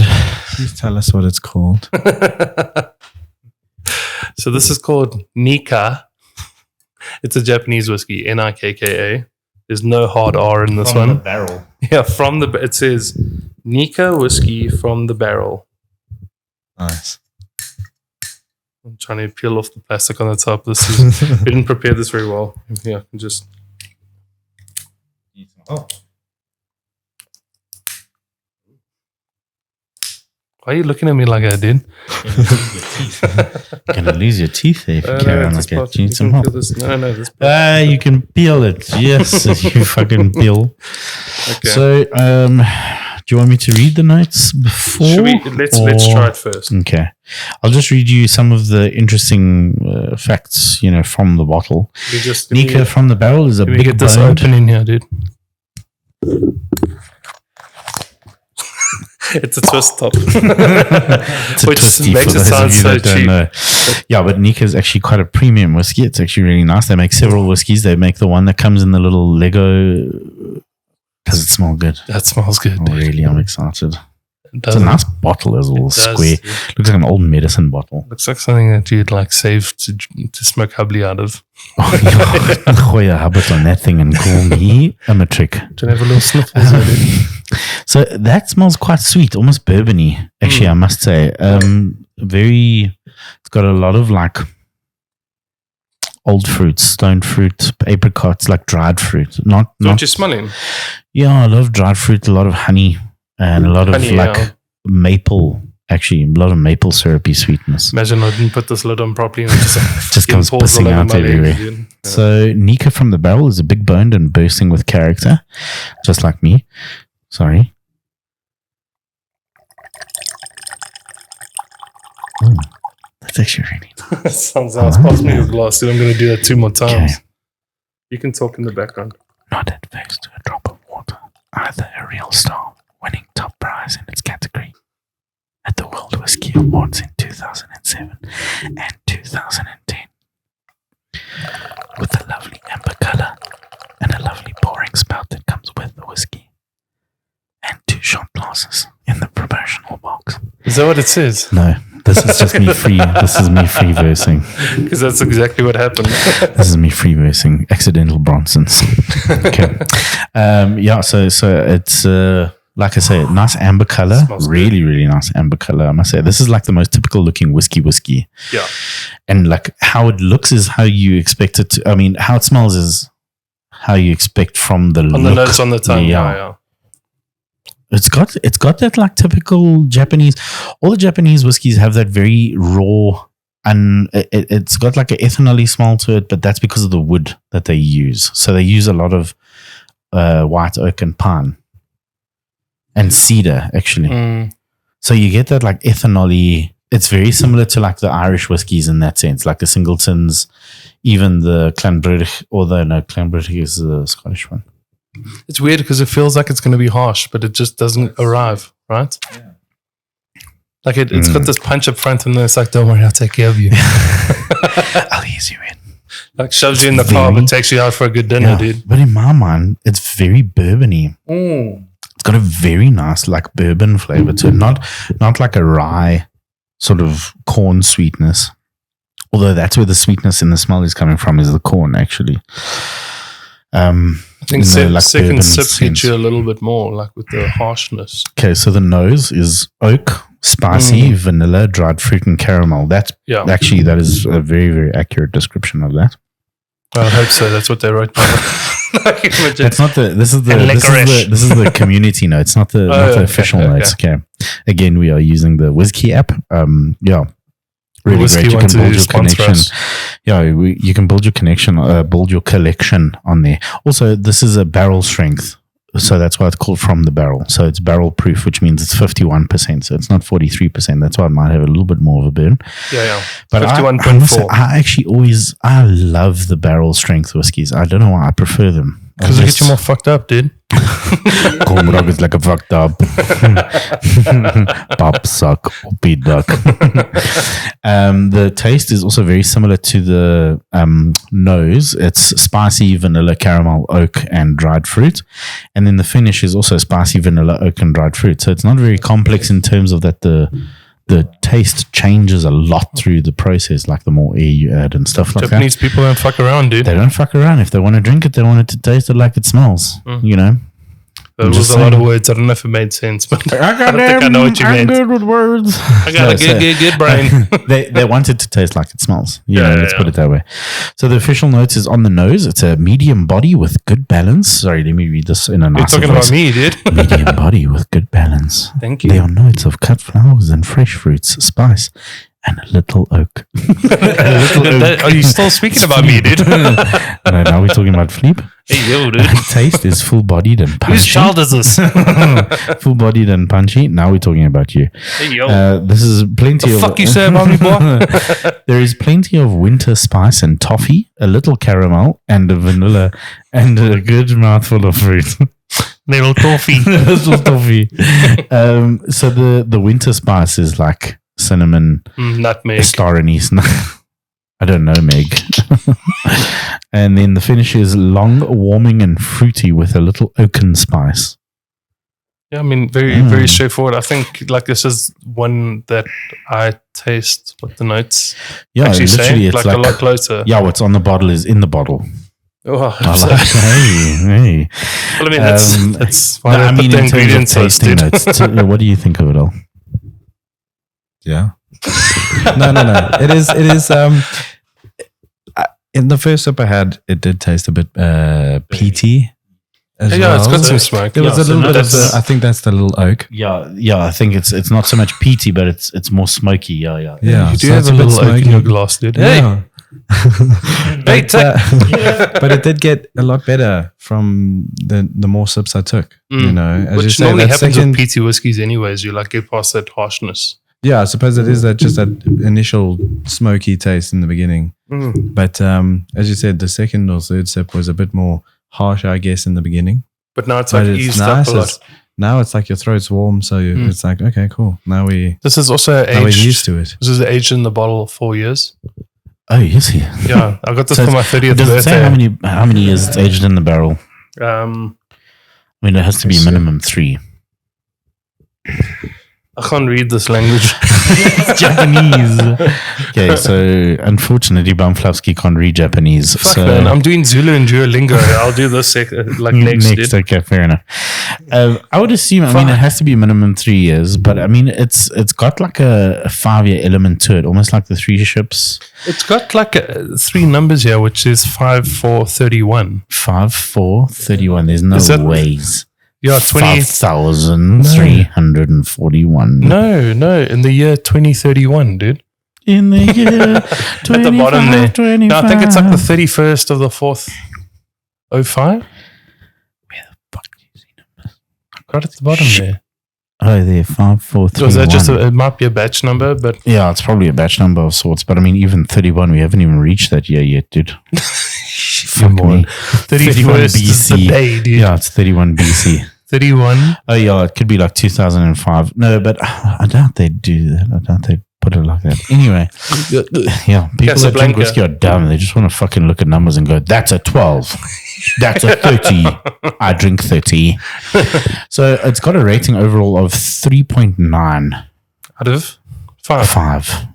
I'd rate it a solid 4, actually. I must say, it's got it's got elements of it being slightly unrefined, but it's good. It's not like it's much better than the West Cork. Oh yeah. It feels a lot and tastes a lot better than the West Cork. It got like similar develops flavors, but a lot more mellow. I feel like the more you drink it, the like every sip I'm having is different. Yeah.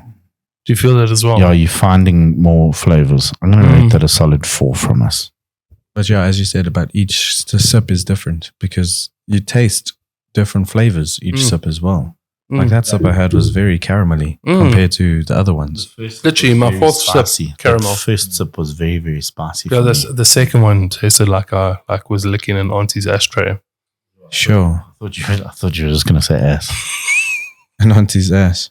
It's tray. Probably tastes the same, dude. I don't know.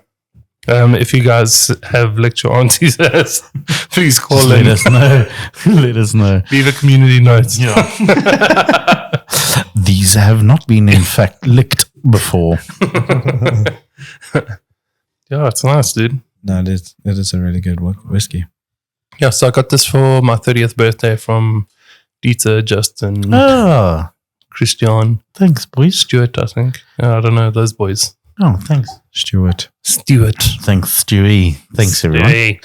Yeah, no, but I mean, like you say, it's actually like this. I think if you having a couple of whiskeys, I'd put this somewhere in the middle. Like if you're doing a whiskey tasting, I'd put this somewhere in the middle because you don't want to start with this, but you don't want to end with it either. If you're doing like going from non-peaty to peaty. Yeah, this is that transition, right? I feel like if I had a peaty whiskey like next, an in-betweener. Yeah, if I had a peaty whiskey next, it would be tamer. Yeah, that's really nice. I like it. But yeah, the more, as you say, obviously my mouth has gotten used to that smoky peatiness because the more I drink it now, I'm not even like really tasting that smokiness, you know? Yeah. Because I don't really like whiskeys with too much peat or too much smoke in them. But this one's really delicious. And it's a nice bottle. I like the bottle. It's like a short, dumpy 500 ml. It is. I really like the look of it. Cool. You're talking about Chris again. Yeah. Touches all the sides of a tuna can, but not the bottom. And that's not even your dick. Hey, dude, it's 4 inches, but some girls like it that thick. Oh, gross. I'm talking about the bottle, dude. You can turn it into like one of those wick candles. You could actually, even if you leave that pourer on the top, then you could just throw the wick in through the top there and you've got like a Molotov cocktail waiting to happen. You'll stretch that leg. Yeah, I know my legs. I think they're seized. Pins and needles. Yeah, so, I mean, what's been your guys' favorite whiskey so far, actually, that we've tasted? I mean, you had, what did we have last week? Shiva's 15. No, it wasn't Shiva's 15. It was fucking, I feel like Boer you Plus like 1880. Yeah, that was the Boer Plus 1880. I do apologize. That should stay back in that year, dude. So I mean, like we were saying, dude. like the Boer Plus, their brandies are a lot better. Obviously, that's their pride and joy, and then their ports also. Too bad their dessert wines, muscats. I must say, for me, I think it's either been this one or the Tumnavilan. Tumnavilan's always so good, dude. It is, and then even the West Cork, I must say. West Cork was nice. I really liked that bottle as well. It was a pretty bottle. Yeah, the label more because it had the like map of Ireland. Oh, the label. Yeah, no, it's a lacquer one actually. Yeah. So I'd probably say that. Yeah, again, if anybody has any lacquer whiskies to recommend. Or send. Yeah, I mean, we're working on a budget of our own. So, if you want to send through anything for us to try and, a review as well. Or if you just want to recommend a nice whiskey that you actually thoroughly enjoy and think will be quite nice, then, please, by all means, let us know. Thanks, Albert. Back to you in the studio. I'm just going to stare at you until you bring up the next topic now, dude.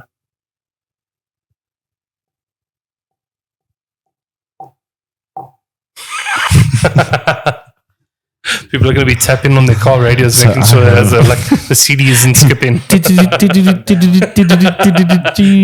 Why don't your cell phones fucking do that anymore? It's a different bandwidth that is coming on now because we. Gross.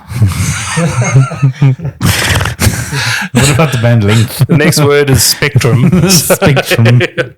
So we're working on a different spectrum frequency. Okay, fair enough. Yeah, it's different. Yeah, because the other day I was like, all of a sudden all the cell phones just decided to not go through the radio. Unless you're playing with Fox and Hound, dude. Yes, oh my God, what fucking phone is that like using, dude? He's still using like a ham radio to communicate on WhatsApp.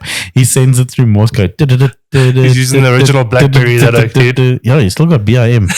BIM? Yeah. No, what is it? BIM? BBM, dude. No, what was the BlackBerry Internet? BIS, BlackBerry Internet Services. Remember? It was like 60 Rand a month, and then you got unlimited access to the internet, but you could browse it only at like 2 megs a second. Fucking hell. That was fucking horrible. It took so long for pages to load. So I have a fun topic. What is your favorite misheard lyric? Oh, my favorite misheard lyric. I feel like you need to start because you definitely have. Okay. Or let's put it this way. What is your misheard lyric? Like that one day you realized, oh, fuck, those aren't the lyrics. Oh, So I've got two actually. So today, okay, so we'll start this with this one. So one of my I don't know that song, dude. one of my favorite ones is that like it was one of the Fall Out Boy songs where it was like something about, oh, you're just a notch in a bedpost. But I always used to think of it. You're just a notch in a bedpost, but I'm just a notch in your bedpost, but you're just a line in my song. So I always used to think of it as something. You send me nothing but bed bugs. And I promise you, if you listen to it, What? Okay, but sing it like with. so if you send me nothing but bed bugs, you see, hey, You send me nothing but bed bugs, Yeah. but you're just a line in my song. yeah, something like that. That's a fucking terrible clapback, dude. Yeah, it's fucking horrible. Oh, you send me bed bugs, but you just a line in my song, Yeah. you dick. Yeah, meet me at McDonald's in Centon. And then today, when we were driving home, we were listening to that lekker Don Henley tune, but the cover by the Ataris, right? It's called Yeah. The Boys of Yes, Summer. So we know. I can see you. Big what's it? Flash ray shining in the sun. Whatever. That's probably more misheard lyrics there. You got your headphones back in. Yeah. Sunglasses on, baby. And it's like, I can tell you my love for you will still be strong after the boys of summer have gone. Brittany's like, oh my God. I just realized this is the boys of summer. I was like, what did you think it was? Did you think it was the girls of summer? And she's like, no, I thought it was the voice of summer. And I was like, actually, that kind of works. And then we were saying, I was like, oh, yeah. And then the chorus came in, and I was like, after you will still be strong, after the voice of summer. Yeah. I was like, it actually works. It works, dude. This is like one of the misheard lyrics when it's like, this works. And then my other favorite one that I heard on Jimmy Fallon one time was Rolling Stones. In Yugoslavia, you'll never starve. Instead of if you start me up, you'll never start. In Yugoslavia, in Yugoslavia, you'll never stop. starve. I have to actually search, dude, because These are some of the like. this is catching And me also out, dude. another one is the Reebok or the Nike. Reebok of the Nike is great. Yeah, So that's my Slong, favorite. baby, slong. Yes, yeah, Slong Daddy Slong, yeah. Hello, my Mikey, you Oh, you know, one of the lyrics that I only learned recently was like in I think it's What's My Age Again, Blink-182. One of the last things that they sing is like my little windmill. Yeah. I never knew that, dude. I just muttered words. Yeah. So at the end of that song, So you just mumbled at the end there. yeah, I was just like, but Nice. it's my I little always thought it windmill. was little by little, Yeah, something like that. but dude. it's my little windmill. Yeah. Something, it's like, yeah. What's yours? I actually heard it today on the way here. It was, do you know Pursuit of Happiness by yeah, Kid Cudi? Yeah. Yes, yeah. So I didn't realize in the beginning of the song, he says, I'm screaming out. I thought it said, I'm screaming out front, back. But he actually says, fuck that. yeah, I'm screaming out, fuck that. yeah. But the whole time I was like, I'm screaming out front, back. Like, what the fuck does that mean? You know? Then I actually look at the It's like lyrics. the Kid Bop's version. dude. Yeah. Then I look at the lyrics and I'm like, oh, I'm screaming out, fuck that. Fair enough. Yeah. It's on the radio. I'm screaming out front, back. Roll it up, little bit, roll it up. I'm just gonna read out like commonly misheard lyrics. Bro, this one I don't fucking know, dude. But Starship, we built the city. Yeah. They're like very commonly misheard lyric is we built the city on sausage rolls. dude. We built the city on sausage rolls. No, listen, you're better off going, we built the city on cock and balls. You're much closer than sausage rolls. How British is Starship? We built this city on sausage rolls. Sausage rolls. Pasties. What's another one there? Also, Living on a Prayer. There's Yeah. so many misheard lyrics. Lizard on a stair. Wizard at a fair. Jesus on a chair. Wizard on a stair. Lizard on a I pear. feel like you said the same thing twice. I can't remember anymore. The tortoise in the hair. Yes, there we go. I don't know about that one. That one seems a bit far-fetched. Talking about Bon Jovi living on a prayer, it doesn't make a difference if we make it or not. Some If we people make it or thought not. that's what people thought. Literally, it doesn't make a difference if we're naked or not. I mean, I to can be hear fair, that, dude. yeah, I can hear yeah. that. That makes a big difference to me. Difference if we're naked or not. That makes We've a got each other, and that's enough for love. I mean, Let's give it a shot. listen, listen, Bon Jovi, if you're listening, do a live version where you just say naked or not and see if anybody notices. There's also that one. Who's the band that talks about when they say I bought my first real 6-string. Oh, Brian Adams. Yeah. I bought my first real sex change. That's the one I thought. I had my first real sex dream. I heard like there was back in the day. I got my first real sex change. Oh, wow. That's like one of those like kids jokes in primary school. Yeah, I think that probably was it, dude. No, But yeah. dude, So these are fucking I stupid. had I'm my on the first real worst. sex dream the summer of 69. Yeah, See? this website's fucking dumb, but it's cracking me up, dude. Olivia Newton-John and John Travolta, you're the one that I want. Sounds like instead of I got chills, they're multiplying. It's like I got heels and made of plywood. I got heels and made of plywood. What the fuck? Like I cannot see whether somebody got that. Yeah, that one doesn't fit. Dude, what the fuck is this? Bohemian Rhapsody. Spare him his life from his monstrosity. They're like saving his life from warm sausage tea. No, somebody got drunk and they were like, "Oh, it's Warm sausage tea. No, dude. Saving his life from his warm sausage I'm tea." going to a different website. That's fucking stupid. Is that just hot dog water? Sausage. Damn, dude. Wow, chocolate starfish, not flavored water, biscuits, no. Dude, actually, this is a segment that I wanted to do for a long time. I'm going to save it for next week, dude. Okay, save it for next week. I'm gonna save it for next week. lyrics. Yeah, This is we've- quite a good one so far. this is actually. cool. Yeah, that my first real sex dream. That's one. Yeah, that's a funny one. That I like that. That and then I can't remember what the other ones were. But Oh, yeah. I try to go away, but I Oh, try. yeah. Macy Gray. Try to walk away and I stumble. My world crumbles when you are not. Yeah, that's the lyrics. Yes. I wear goggles when you are not. Yes. Yeah. Dude, I honestly thought those were the lyrics. I though. wear goggles when you are not. Yeah. Like, but it's I don't want to actually be my embarrassed world around this crumbles, person, yeah. but by myself at home, I just wear goggles. Fair enough. That I checks out, yeah. look past the curtain to see when my wife leaves so I can put my goggles on, dude. That's brilliant. Oh. Dancing Queen, feel the beat from the tangerine. Oh, not the tambourine. Yeah. Yeah. Then I saw her man. face. Now I'm gonna leave her. That actually sounds like, like everybody's got that version of living next door to Alice. That's like some uncle at the bar was like, then I saw her face. Now I'm gonna leave her. Africa by Toto. There's nothing that 100 men on Mars could ever do. There's nothing that 100 men on Mars could ever do. Yes, that I've actually heard. Yeah. Yeah. I thought that was the lyrics for the longest time.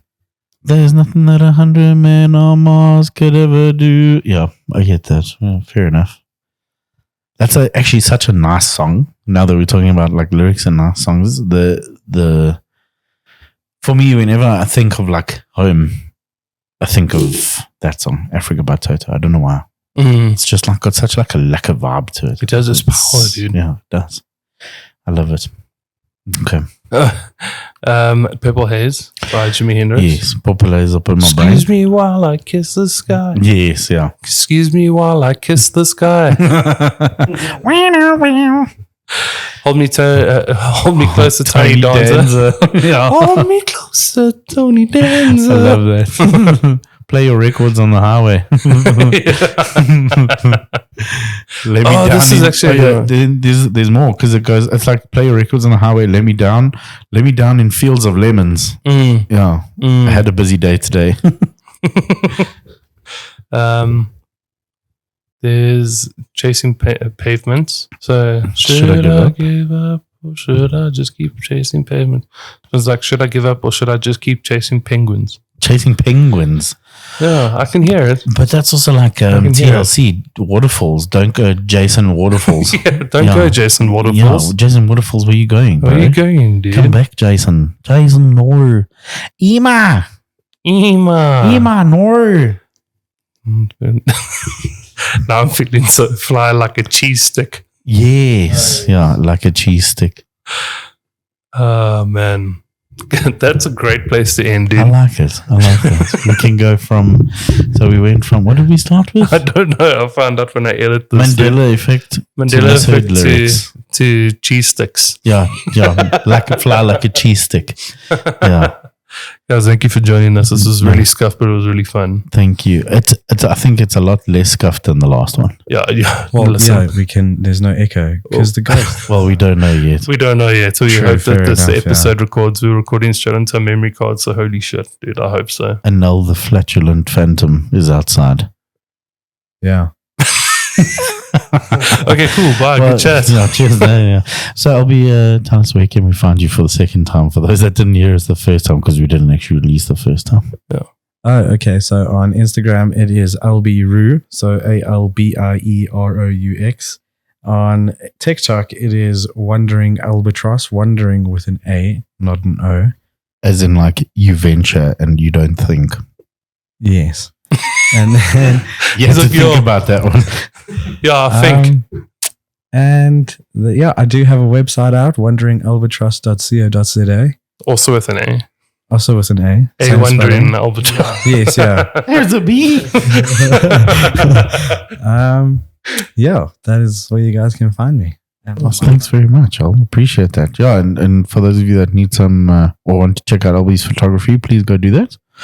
On his Instagram, there's some lekker reels there. Some nice tranquil photography of nature and that's beautiful people. Yeah, really beautiful things. And thanks very much for joining us. And where can we find you, Christopher? Bumfluffski? I'll be sitting here this time next week. Yeah. Just going to sit here and meditate. I'm part of the furniture now. Yeah, I mean, nobody's combating me it's day 3 and they haven't noticed me on the couch. I am the couch.